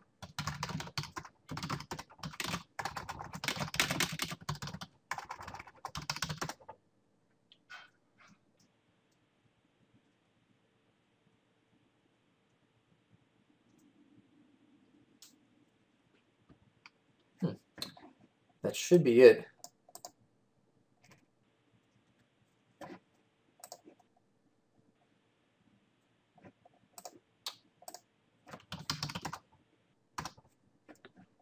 Let me try.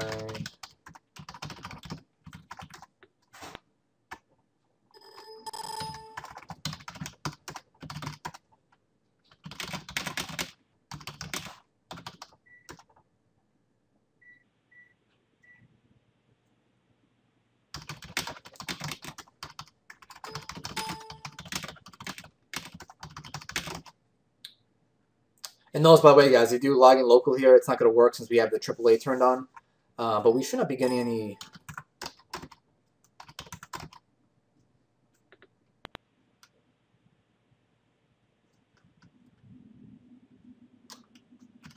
We should just be having SSH. I'm wondering why it's letting us do SSH.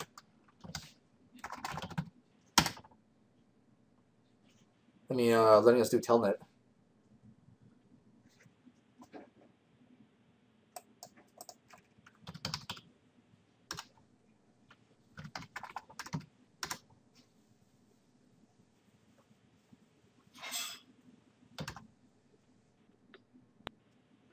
I'll put the right one in.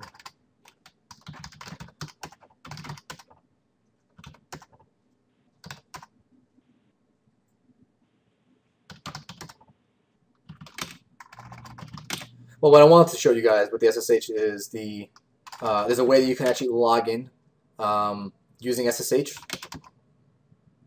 on the router, so you don't necessarily need to get like a PC to do it. So notice here that you got like this little L here, logging using a username. So I can specify the username that I have locally on router 2. And then I'll put in here also the R2. Oh, I got enabled SSH on here. Okay. Hold on a second. Maybe we do have to do it on here.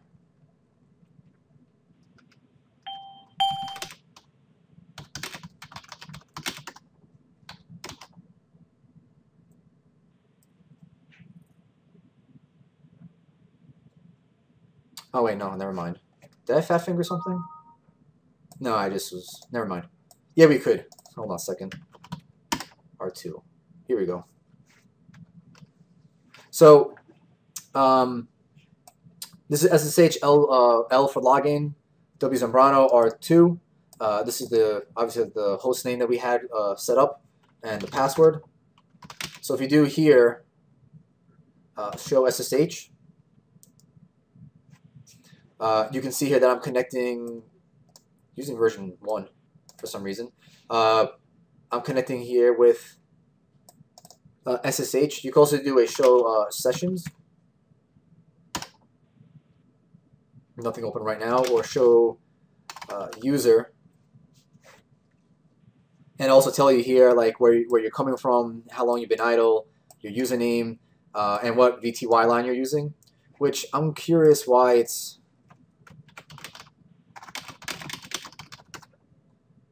Why was it letting us do telnet if I'm not allowing it?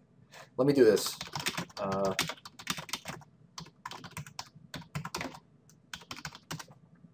just do transport input none.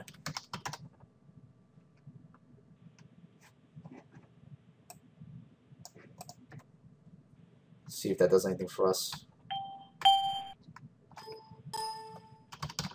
Telnet R2. Oh, one other thing too, guys. You don't necessarily have to type out telnet. You can just type in R2 or the IP, and it works also. Why is this then letting us to get in?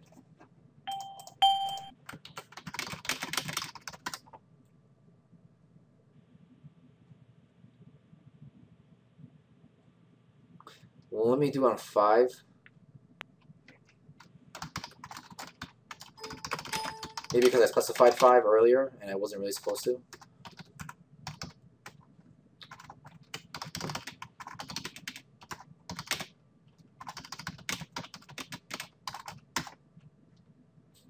Alright. Let me do that again. There we go. Okay, so it was using 5, VTY line 5 for some reason.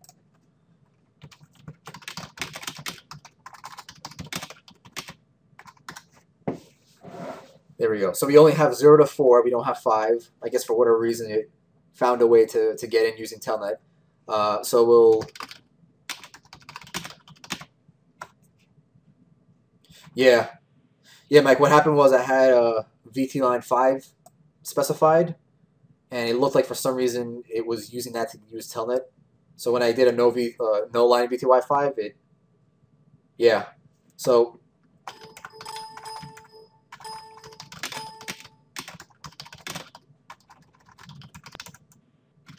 Okay, now it should let us do SSH and no telnet. Okay, that's what I'm looking for. Okay. Yeah, Mike, what happened was I was giving an example earlier about VTY5, and I guess it was letting us get in with telnet using line 5 instead of 0 to 4. So let's go back to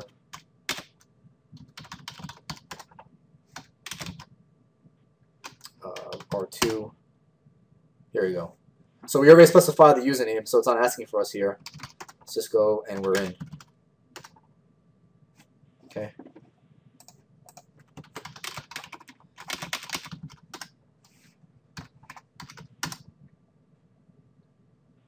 Okay. Perfect. So that's what I wanted to show you guys. When you do set up your VTY and telnet, make sure that you're make sure that it's not allowing telnet. And only doing SSH, and this is a way that you can test that with this command.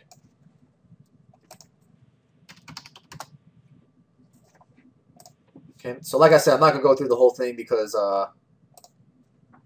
you know, it's more for muscle memory for you guys, especially if you guys don't know or haven't done it too often. It'll be a good way to solidify that. So let's do 8, and Charlie, I haven't forgotten about you. We're getting close to the NAT. Actually, this should be 9 and 10. The numbering is wrong on that. All right. Create an ACL to deny R2 from telnet, DNS, or SSH to R4, but still allow pings. How can I verify this is working? Okay, so right now, first, before you do any kind of ACL changes, make sure that what you have currently in place is actually working to begin with or not working to begin with, so you have a baseline. So you can do R4. Password is required but not set. That's good. That means I could actually open. I mean, right here it's telling us that we can get to router 4. It says open, so that's fine. DNS.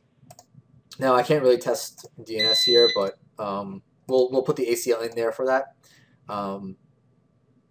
Actually, no, I wanted HTTP because we could do this. Ready?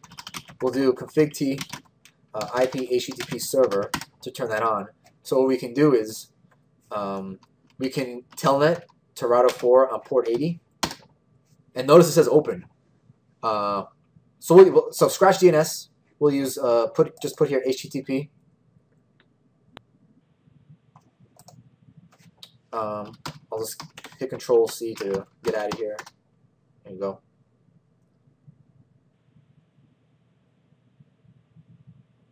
Oh, Mike, you could. So what? You go on router 4, and there's a command that you can make it listen for traffic 52. I think it is 53.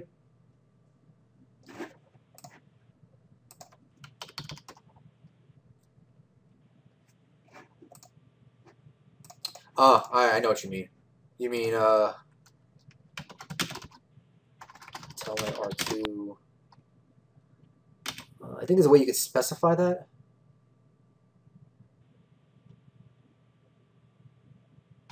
I mean the.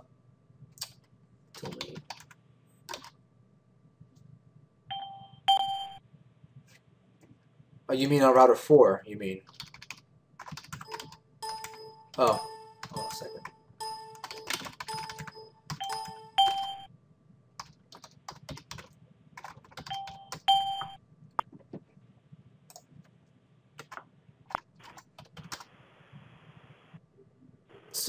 Oh wait, hold on, that's myself. I don't know if there's a way you could do that actually. That was a typo on my part. I should have put in HTTP. I don't know if there's a way you can make a router listen for a certain port like DNS. Well, no, you would just create the access list to deny TCP 53 instead of UDP 53, and then you telnet to it, and you'll see the exact same thing. Oh, so necessarily we don't need it to work. It just for the ACL, just for the example, we can make it deny. Correct. Oh, okay. Correct. Yeah, I was wondering if there's a way like you can make the router 4 open on 53, but I don't know if you can. IP HTTP server, IP HTTP port 53. I think you can do. No. It's only like it lets you go higher than that. Okay. Yeah, it's.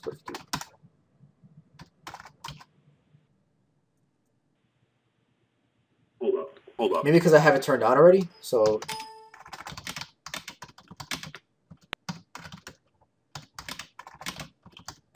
The default is 80. It's not going to let you do like anything else. I'm trying to see on mine if there's a way that you can trick it. Okay. All right. Well, yeah. While you do that, I'll put this back here. So let me just make sure I can go to port 80. Okay, that's open. That's what I'm looking for.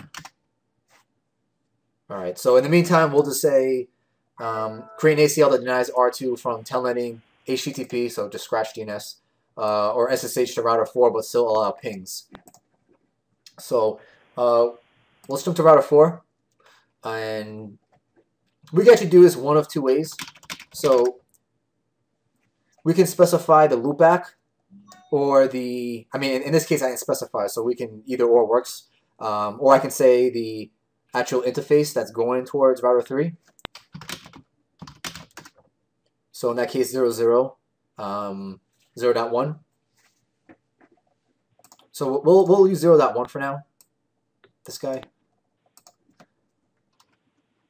So I'll do IP access list, and I want to do extended because that's going to be the only way I can catch ports or TCP or UDPs. I'll do 101 just because I'm used to just popping that in there. So I'll say deny.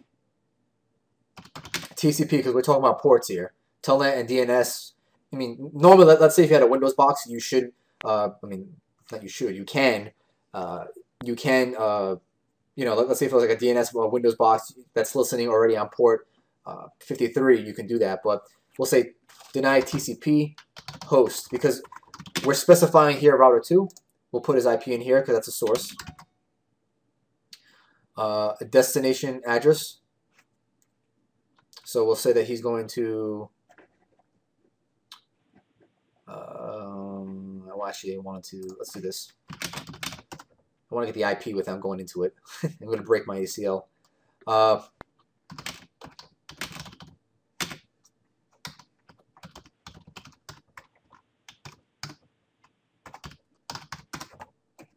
Yeah, I want this IP.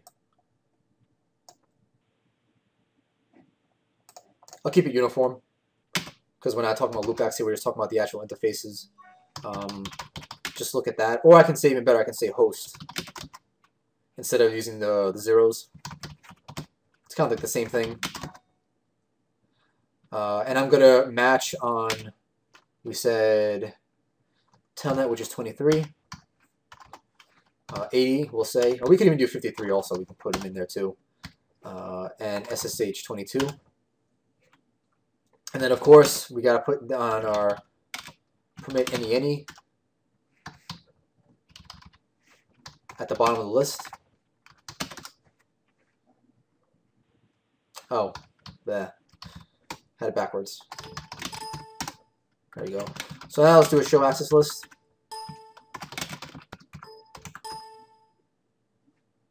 And the Cisco router does it nice for us. They try to convert the port numbers to the friendly names. Try to remember the port numbers. They score you a lot more points in the job interviews, and just for your own knowledge. This is more for like a quick look. But now, so as we did before with our Verizon router, let's apply it. So right now we want to apply to Fast Ethernet 00. We'll do it 101 inbound because it's traffic that's coming in. So let's test it out. So we'll do router 4 port 80, and it's open. So did I miss something here, guys? Is there a reason why it's letting me through when I specify port 80? I mean, technically my ACL should have caught it, right? But it's saying it's allowing it. Do you guys know why?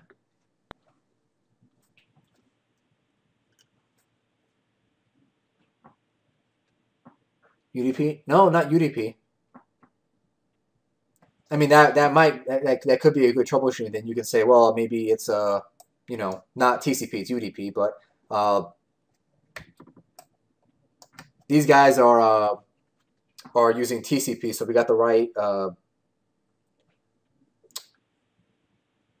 layer 4 stuff. It's not in place in the VTY line. No, well, the only time you actually apply to a VTY is when you're trying to block certain people from actually getting into SSHing into the router.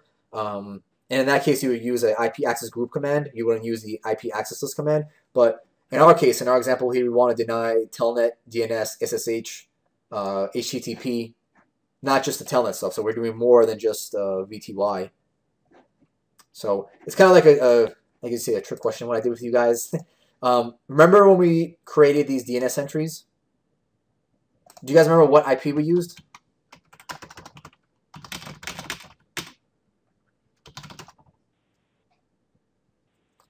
Yep, the loopback. So when I'm sourcing it or when I'm pinging from or pinging to, I'm specifying 4444. Let me go back to my ACL. There's nowhere here. Nothing here is talking about 444. They only talk about the actual physical interface. So according to the ACL's point of view, you're good. You can pass. So that's a nice trick that you guys want to keep in the back of your heads. Just because I mean, syntax-wise, we're good.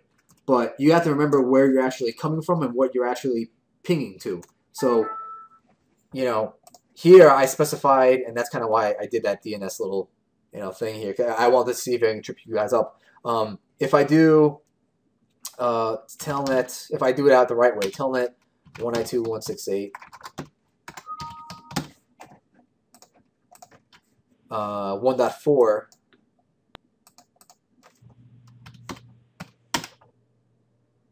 Says gateway unreachable. Okay, so let's see what happens. Did it trigger anything? And yeah, it hit this guy right here, which is telnet. That's because I was actually specifying this IP 1.4, which if I go back to my ACL, my destination is 1.4. So I hope you guys see that right there, because that is really, really important to know the difference. And that's why I mentioned before the source command, because you want to make sure that you're actually sourcing it. So like right here, if I do a ping sourcing from the loopback instead of the actual physical interface, so I could do ping 192.1. Oh. Even better, I could do telnet 192.168.1.4 source from the loopback. Does it let me? Yeah.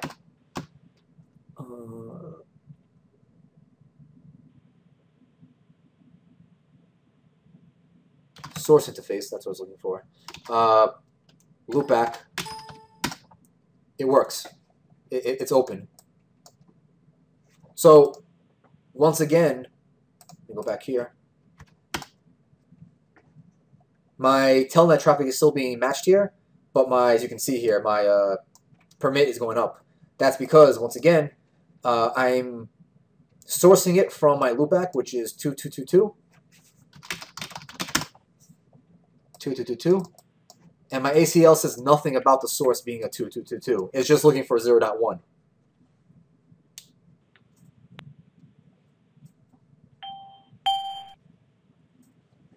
So while we're at it, let's just test the rest of these guys out. We'll do telnet, and we want to specify the actual physical device because not the DNS static entry we made there. 4.1. We said 53. That's not going to work because we denied it. Same thing with 80. Denied it. Same thing with 222. SSH. Denied it. Now I got matches on all 4 ACL entries.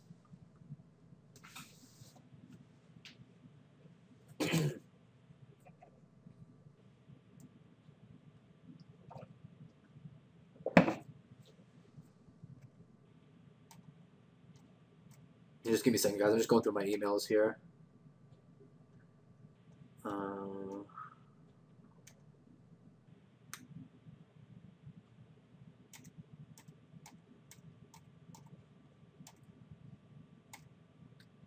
Even though it's a snow day, I still gotta keep a look at my emails here for work.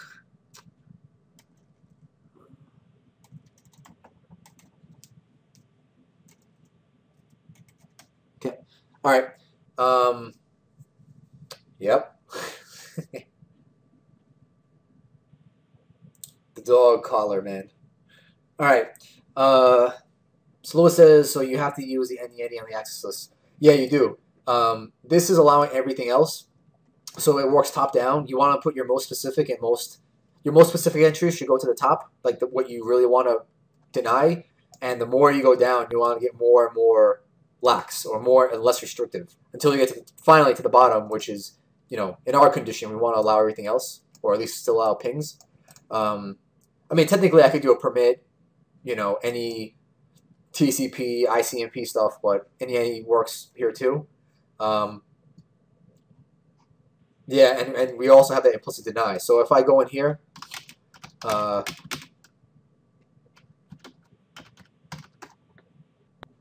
access list, I'll whip up my palette again here.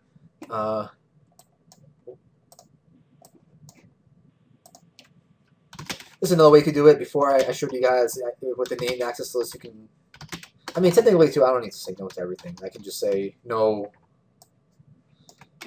access list, and that should take, yeah. So that in essence kills my ACL.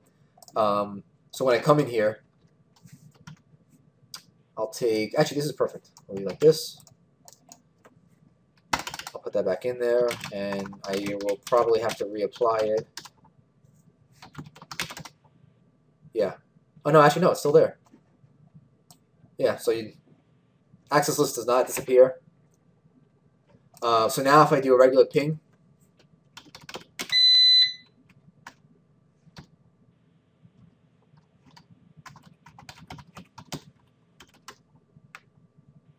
not going to work because that implicit deny is catching it.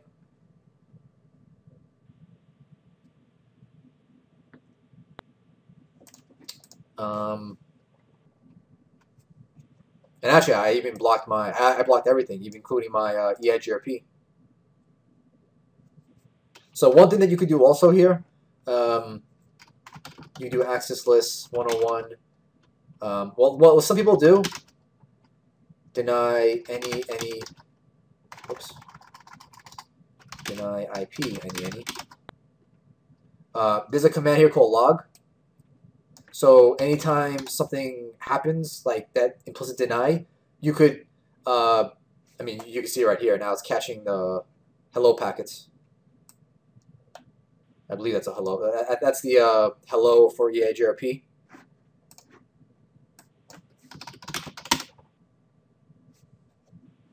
Yeah, that's a hello for EIGRP. So now anything that's coming in here, it's stopping it. So if I do my ping again here, I jump over here, I can see it's denying ICMP now.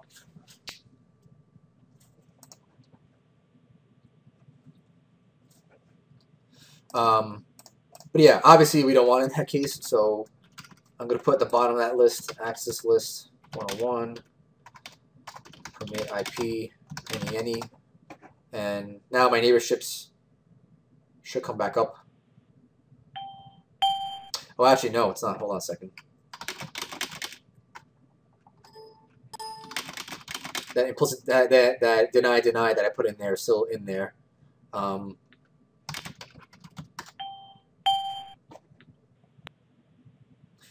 So I gotta take him out. Oh, here's a good thing. Here, watch. IP access list 101.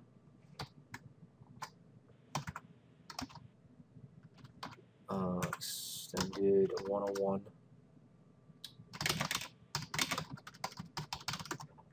Here we go. That's what I want. So if you do a show IP access list, you can kill per entry. So if I don't want this entry here anymore, instead of whipping out my notepad here and you know, modifying it there, I can go no 50, and I'll remove that sequence out of there.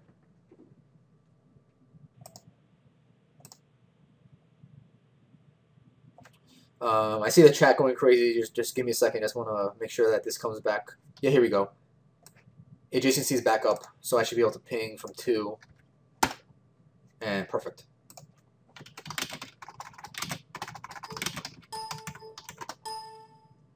There you go. I mean, it comes out a little dirty. Now I'm missing a jump here, but I believe if you do access list 101,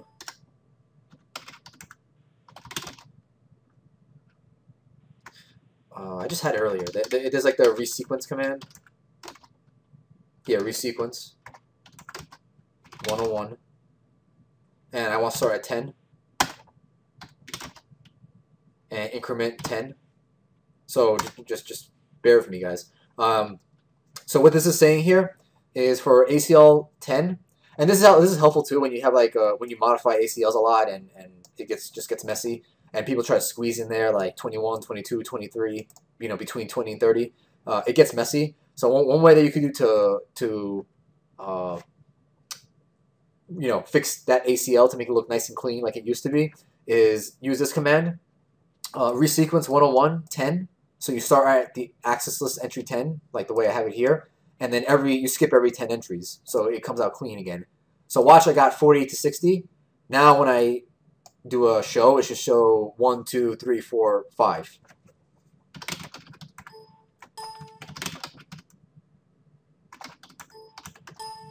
There you go, 1, 2, 3, 4, 5. So it's a nice way to clean up the ACL when it starts getting crazy. All right, what's happening here?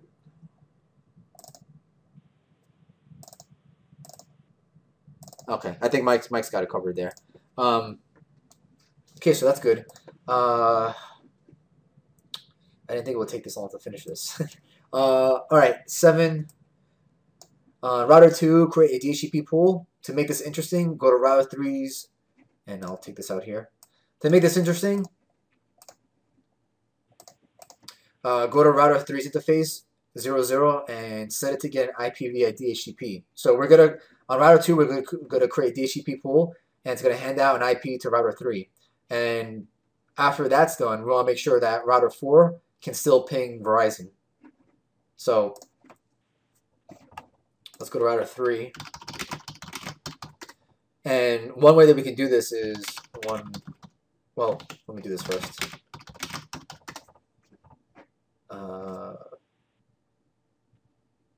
Wait, I didn't give it an IP address?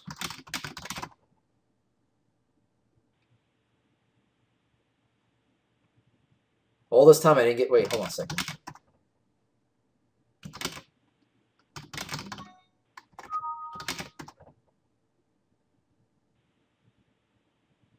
I never got, wait, this is, oh, I think this is when I tested out that default, where is it?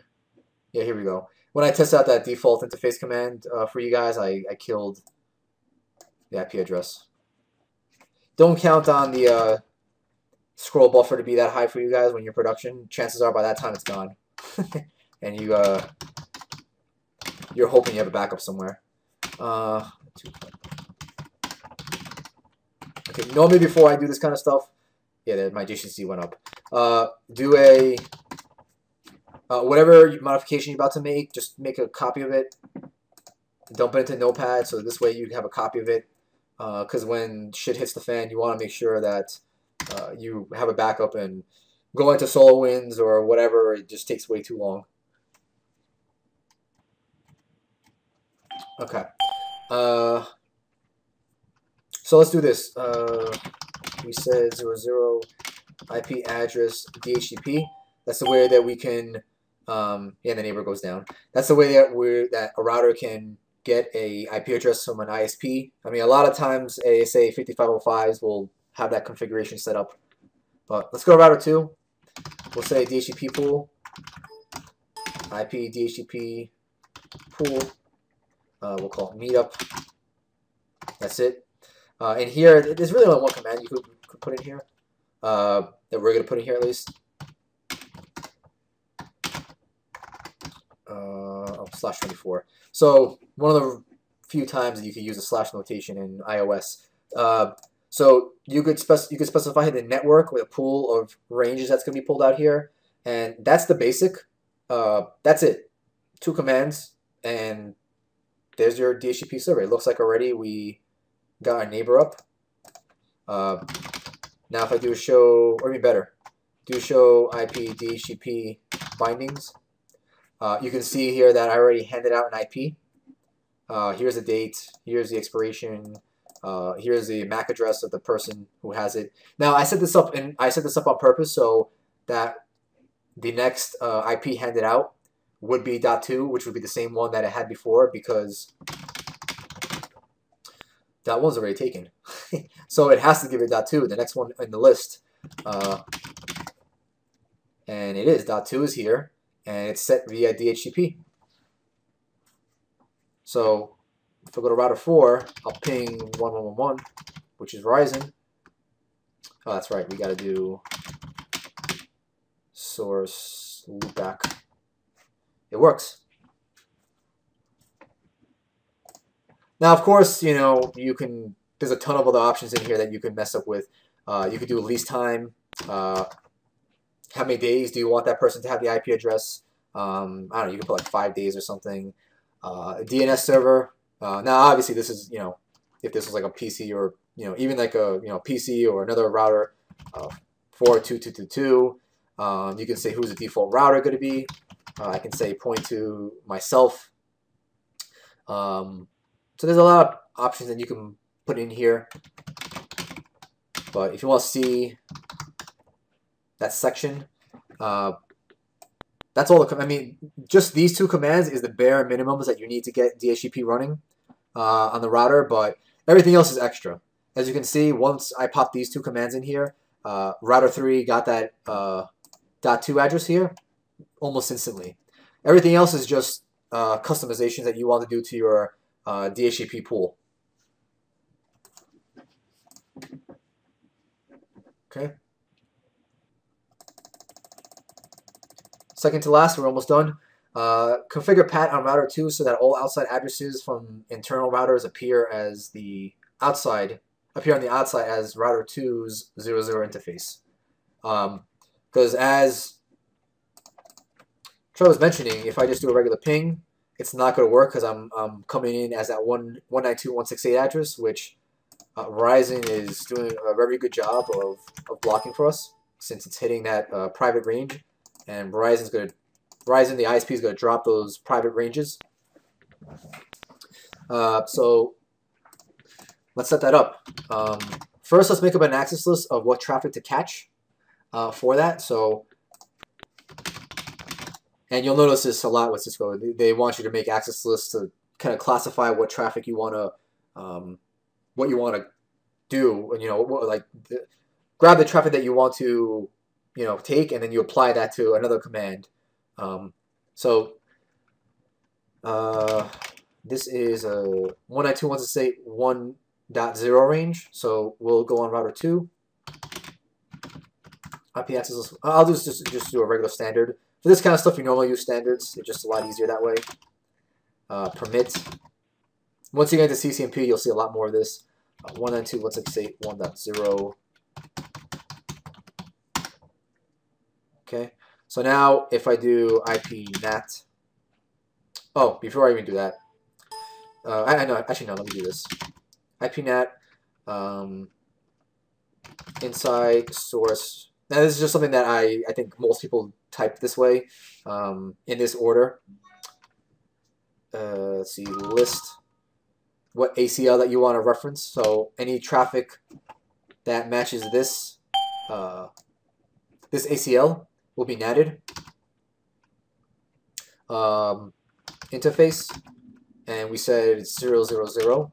And the one key command is overload. Overload is basically PAT, or using one IP, but you're using the ports, which is like 60,000 or whatever it is, to use as the source to the private to public translations. So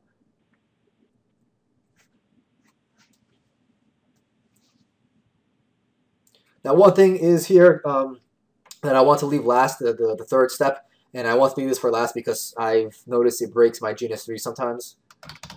You want to, and it might break yours too, so before you do this command, guys, save your configuration. To do that, go to File, Save Project As. Yeah, why not? When you save it, make sure you check this guy off here, Save NRAM. But before you even do that, go into all your routers and do a write mem. Save everything here locally.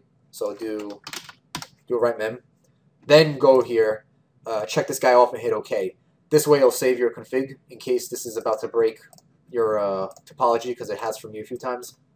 But the third step, you want to specify who's your inside and outside interface. So basically you got to tell the router who's the public and who's the private interface. So my 00 is going to be my inside. Okay, good, it didn't break it. Before I had issues saying that I had memory problems. If you put this command and you start getting that memory problems, kill your GNS3, bring it back open with that save that you just did. So hopefully you saved it. Go into configure. Advanced. No, I'm sorry, RAM size. And you want to change this to something higher, like one. In my case, I have 128. So sometimes they come default like 64. Sometimes you might want to up that up so you don't get that memory error. Okay. Okay. So I specify the inside and the outside interfaces. I made the ACL that's going to classify what traffic do I want to trigger for that NAT to occur. So let's test it. Ping. Okay, it's a very good sign. I'm not seeing use anymore. I'm seeing bangs. So to verify this, well, I can even, let me go to Verizon. My permit any went up, obviously, because, you know, I got the exclamation mark, the bangs, so I know I'm good. Let's take a look here. Show IPNAT translations. And there we go. It says that I did ICMP. My global address, so I'm taking whatever is on 000. I'm using port 14. Here's the inside private. it's 1.4 port 14, which if I go back here, here's my 114, 1.4. After I hit the 2 hour mark, my voice starts going. I start getting delirious. All right, and this stuff I've never even got. This is something weird when they teach this to you in CCSI, the official course. They say like, oh, this is the way it looks like in the real world, and basically half the time or most of the time these two addresses are the same. When you see these two things, and I know in the book they give you some weird, silly explanation. Really simple. This is the what it looks like from the outside. This is what it is from the inside, and this is who is actually getting it, or from the outside world. So we were pinging 111. This is the address that comes up. Sometimes that doesn't even, the explanation doesn't even work sometimes. I just, yeah, it works. So I have to play around with it more, but I mean, that is just one of those things that once you put it in, it works. Very rarely have actually I've never even troubleshooted that ever. It just works. So we're good. I mean, I can try another one. On a router, at least. On a router. On ASAs, that's maybe a different story. So let's go on 3.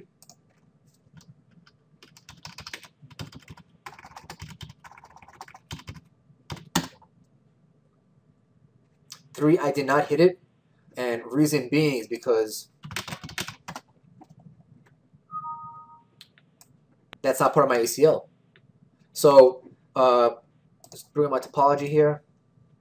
Router 3 is jumping to router 2, obviously, to send that ping to Verizon 111. And I only specified 192.168.1.0. I didn't say anything about 0.0. So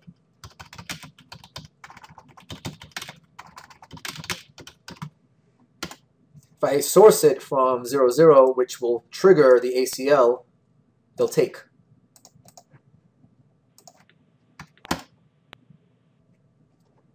And the port changed here. I think these timeout pretty frequent too. I think they don't last too long in here in the table. So if I want to add him in there, that 192.168.0.0 range.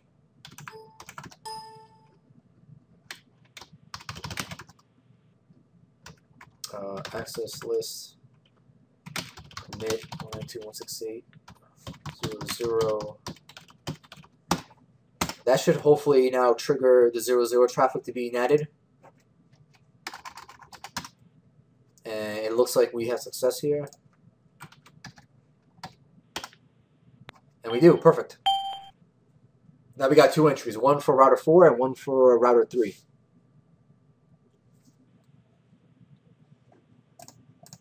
All right, perfect. All right, so finally, this is, I guess you could say, a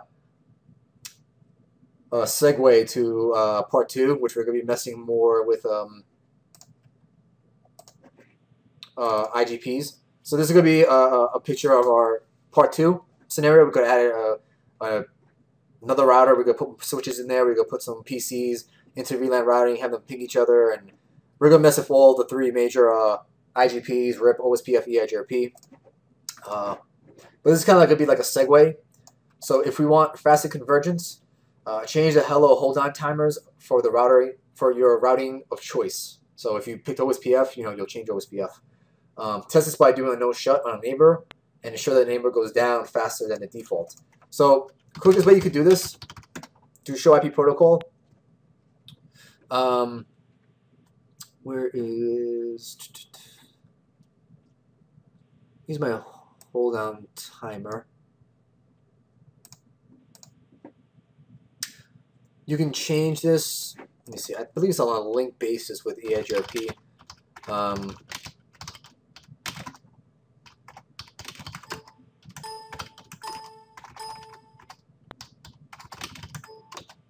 It's usually like hello or something. Okay. If it's not in the global router EIGRP, jump to the interface level. IP hello. Here we go. Hello interval. This is why I abuse that question mark. EIGRP, Autonomous System 1. And then here we can change the hellos. So I can say send like every 10 seconds, let's say, for that interface. The default, let me look that up real quick. EIGRP hello interval.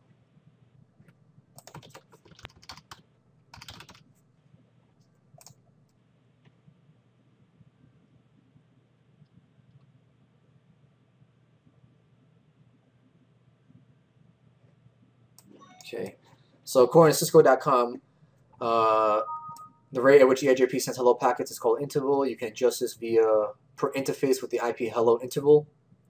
The timer, default is 15 seconds and 180 seconds. So this is how often it sends hellos, and this is how often it'll wait for that neighbor to stop. You know, if I don't hear any hellos for 180 seconds, I'll consider that neighbor down. So I don't know if there's a way you can, there should be a command that you can see that, like what the default hello is. But this is from the Cisco KB. So let's do that. We change it to we'll actually change it less. We'll do,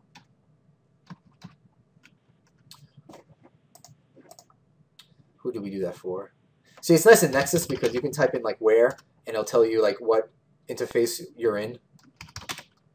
Unfortunately, this you have to remember where you were in. Who was I? 0, 0. Okay, that's good. So we'll do from router 2 to router 3. On this link, we'll change the hellos to be faster.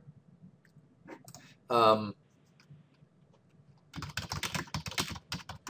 IP hold down EIGRP 1. We'll do like 20, let's say. Show IP EIGRP neighbor. So notice that the hold down has changed to 14 instead of 180. So if I go to router 3,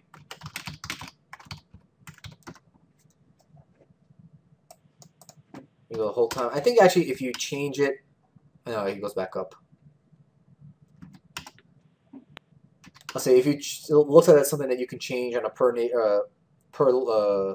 it's not going to break the neighbor relationships. So I know some hello timers, if you change them, it will break the neighborship, but in this case, it goes to 10 and then it jumps up to 20 again. So 11, 10, 14, 13, 11, 10, and then it jumps to 15. That's because for this link, I set the hold down to 20. So apparently what, the KB was wrong, they said 180. Yeah, I was looking for the command that shows what the hello timer is for EIGRP.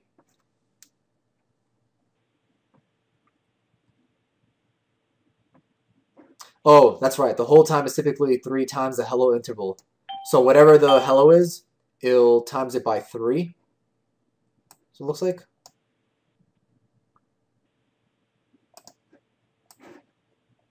Okay, perfect. All right, let me try that command.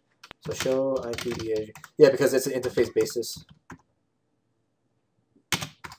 Here we go. Let's see. Is the hello in here? The hello timer? Or yeah, I actually put the interface.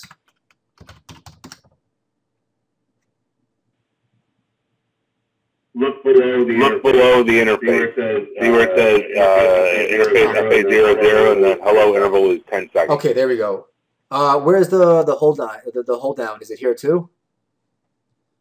They don't show you that. They don't show you that there. I haven't seen a footage like you can see the hold down. It's just like the hello. Oh, so you just have to know off the top of your head that it's 3 times or whatever it is? Yeah. Yeah. Okay. All right, so that's a good command to know then.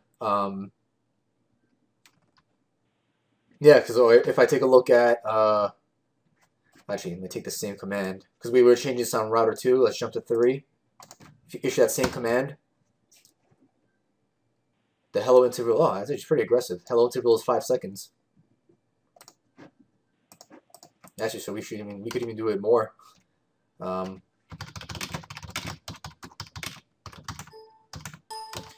hello interval. We'll do like every 1 second. Probably really aggressive.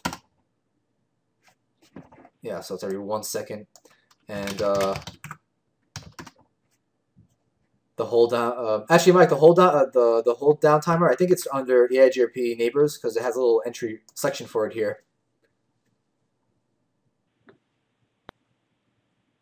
Let me check my 3825. Hang on. So I guess. Yeah, that's it. Yeah, that's it. Yeah. I don't know why they. But that timer is down, and then when like hello comes in, it's gonna like reset itself. So if you like keep hitting up. Yeah. It's going down. Yeah, it's going down, and then when it gets to 11, it's gonna reset itself. Yeah, because what I set it to was 15. 15. Hello interval hold down timer. I said 20. Let me change that to I'll make it aggressive. Hold time. I'll do 5. Show EIGRP neighbor again. So if it doesn't hear for 5 seconds, this should die. So let me go to router 3. And you know what? I'm gonna open another window here so we can see at the same time.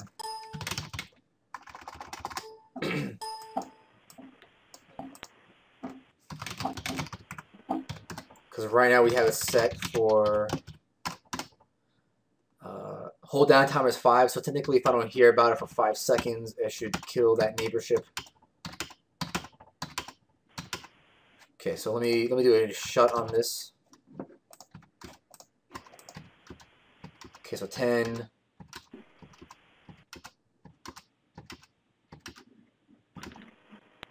Okay, the adjacency is down. 9, 8, 7, 6, 5, 3, 2, 1, 0. All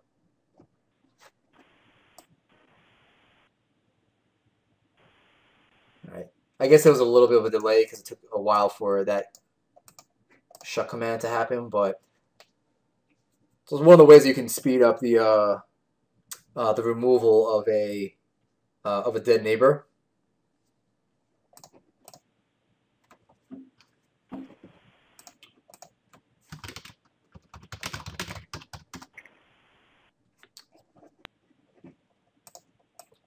Yeah, by using these 2 commands here. So that's something that we'll end here for tonight. But that's the way that we to segue into part 2, because we're gonna be playing a lot more with these timers in the next part 2 meetup.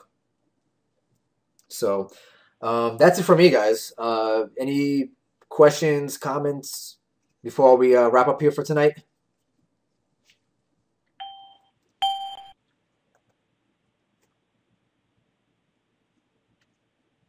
Yeah, part 2 is gonna be remote. It's kind of like a way for me to help you help some of the remote guys.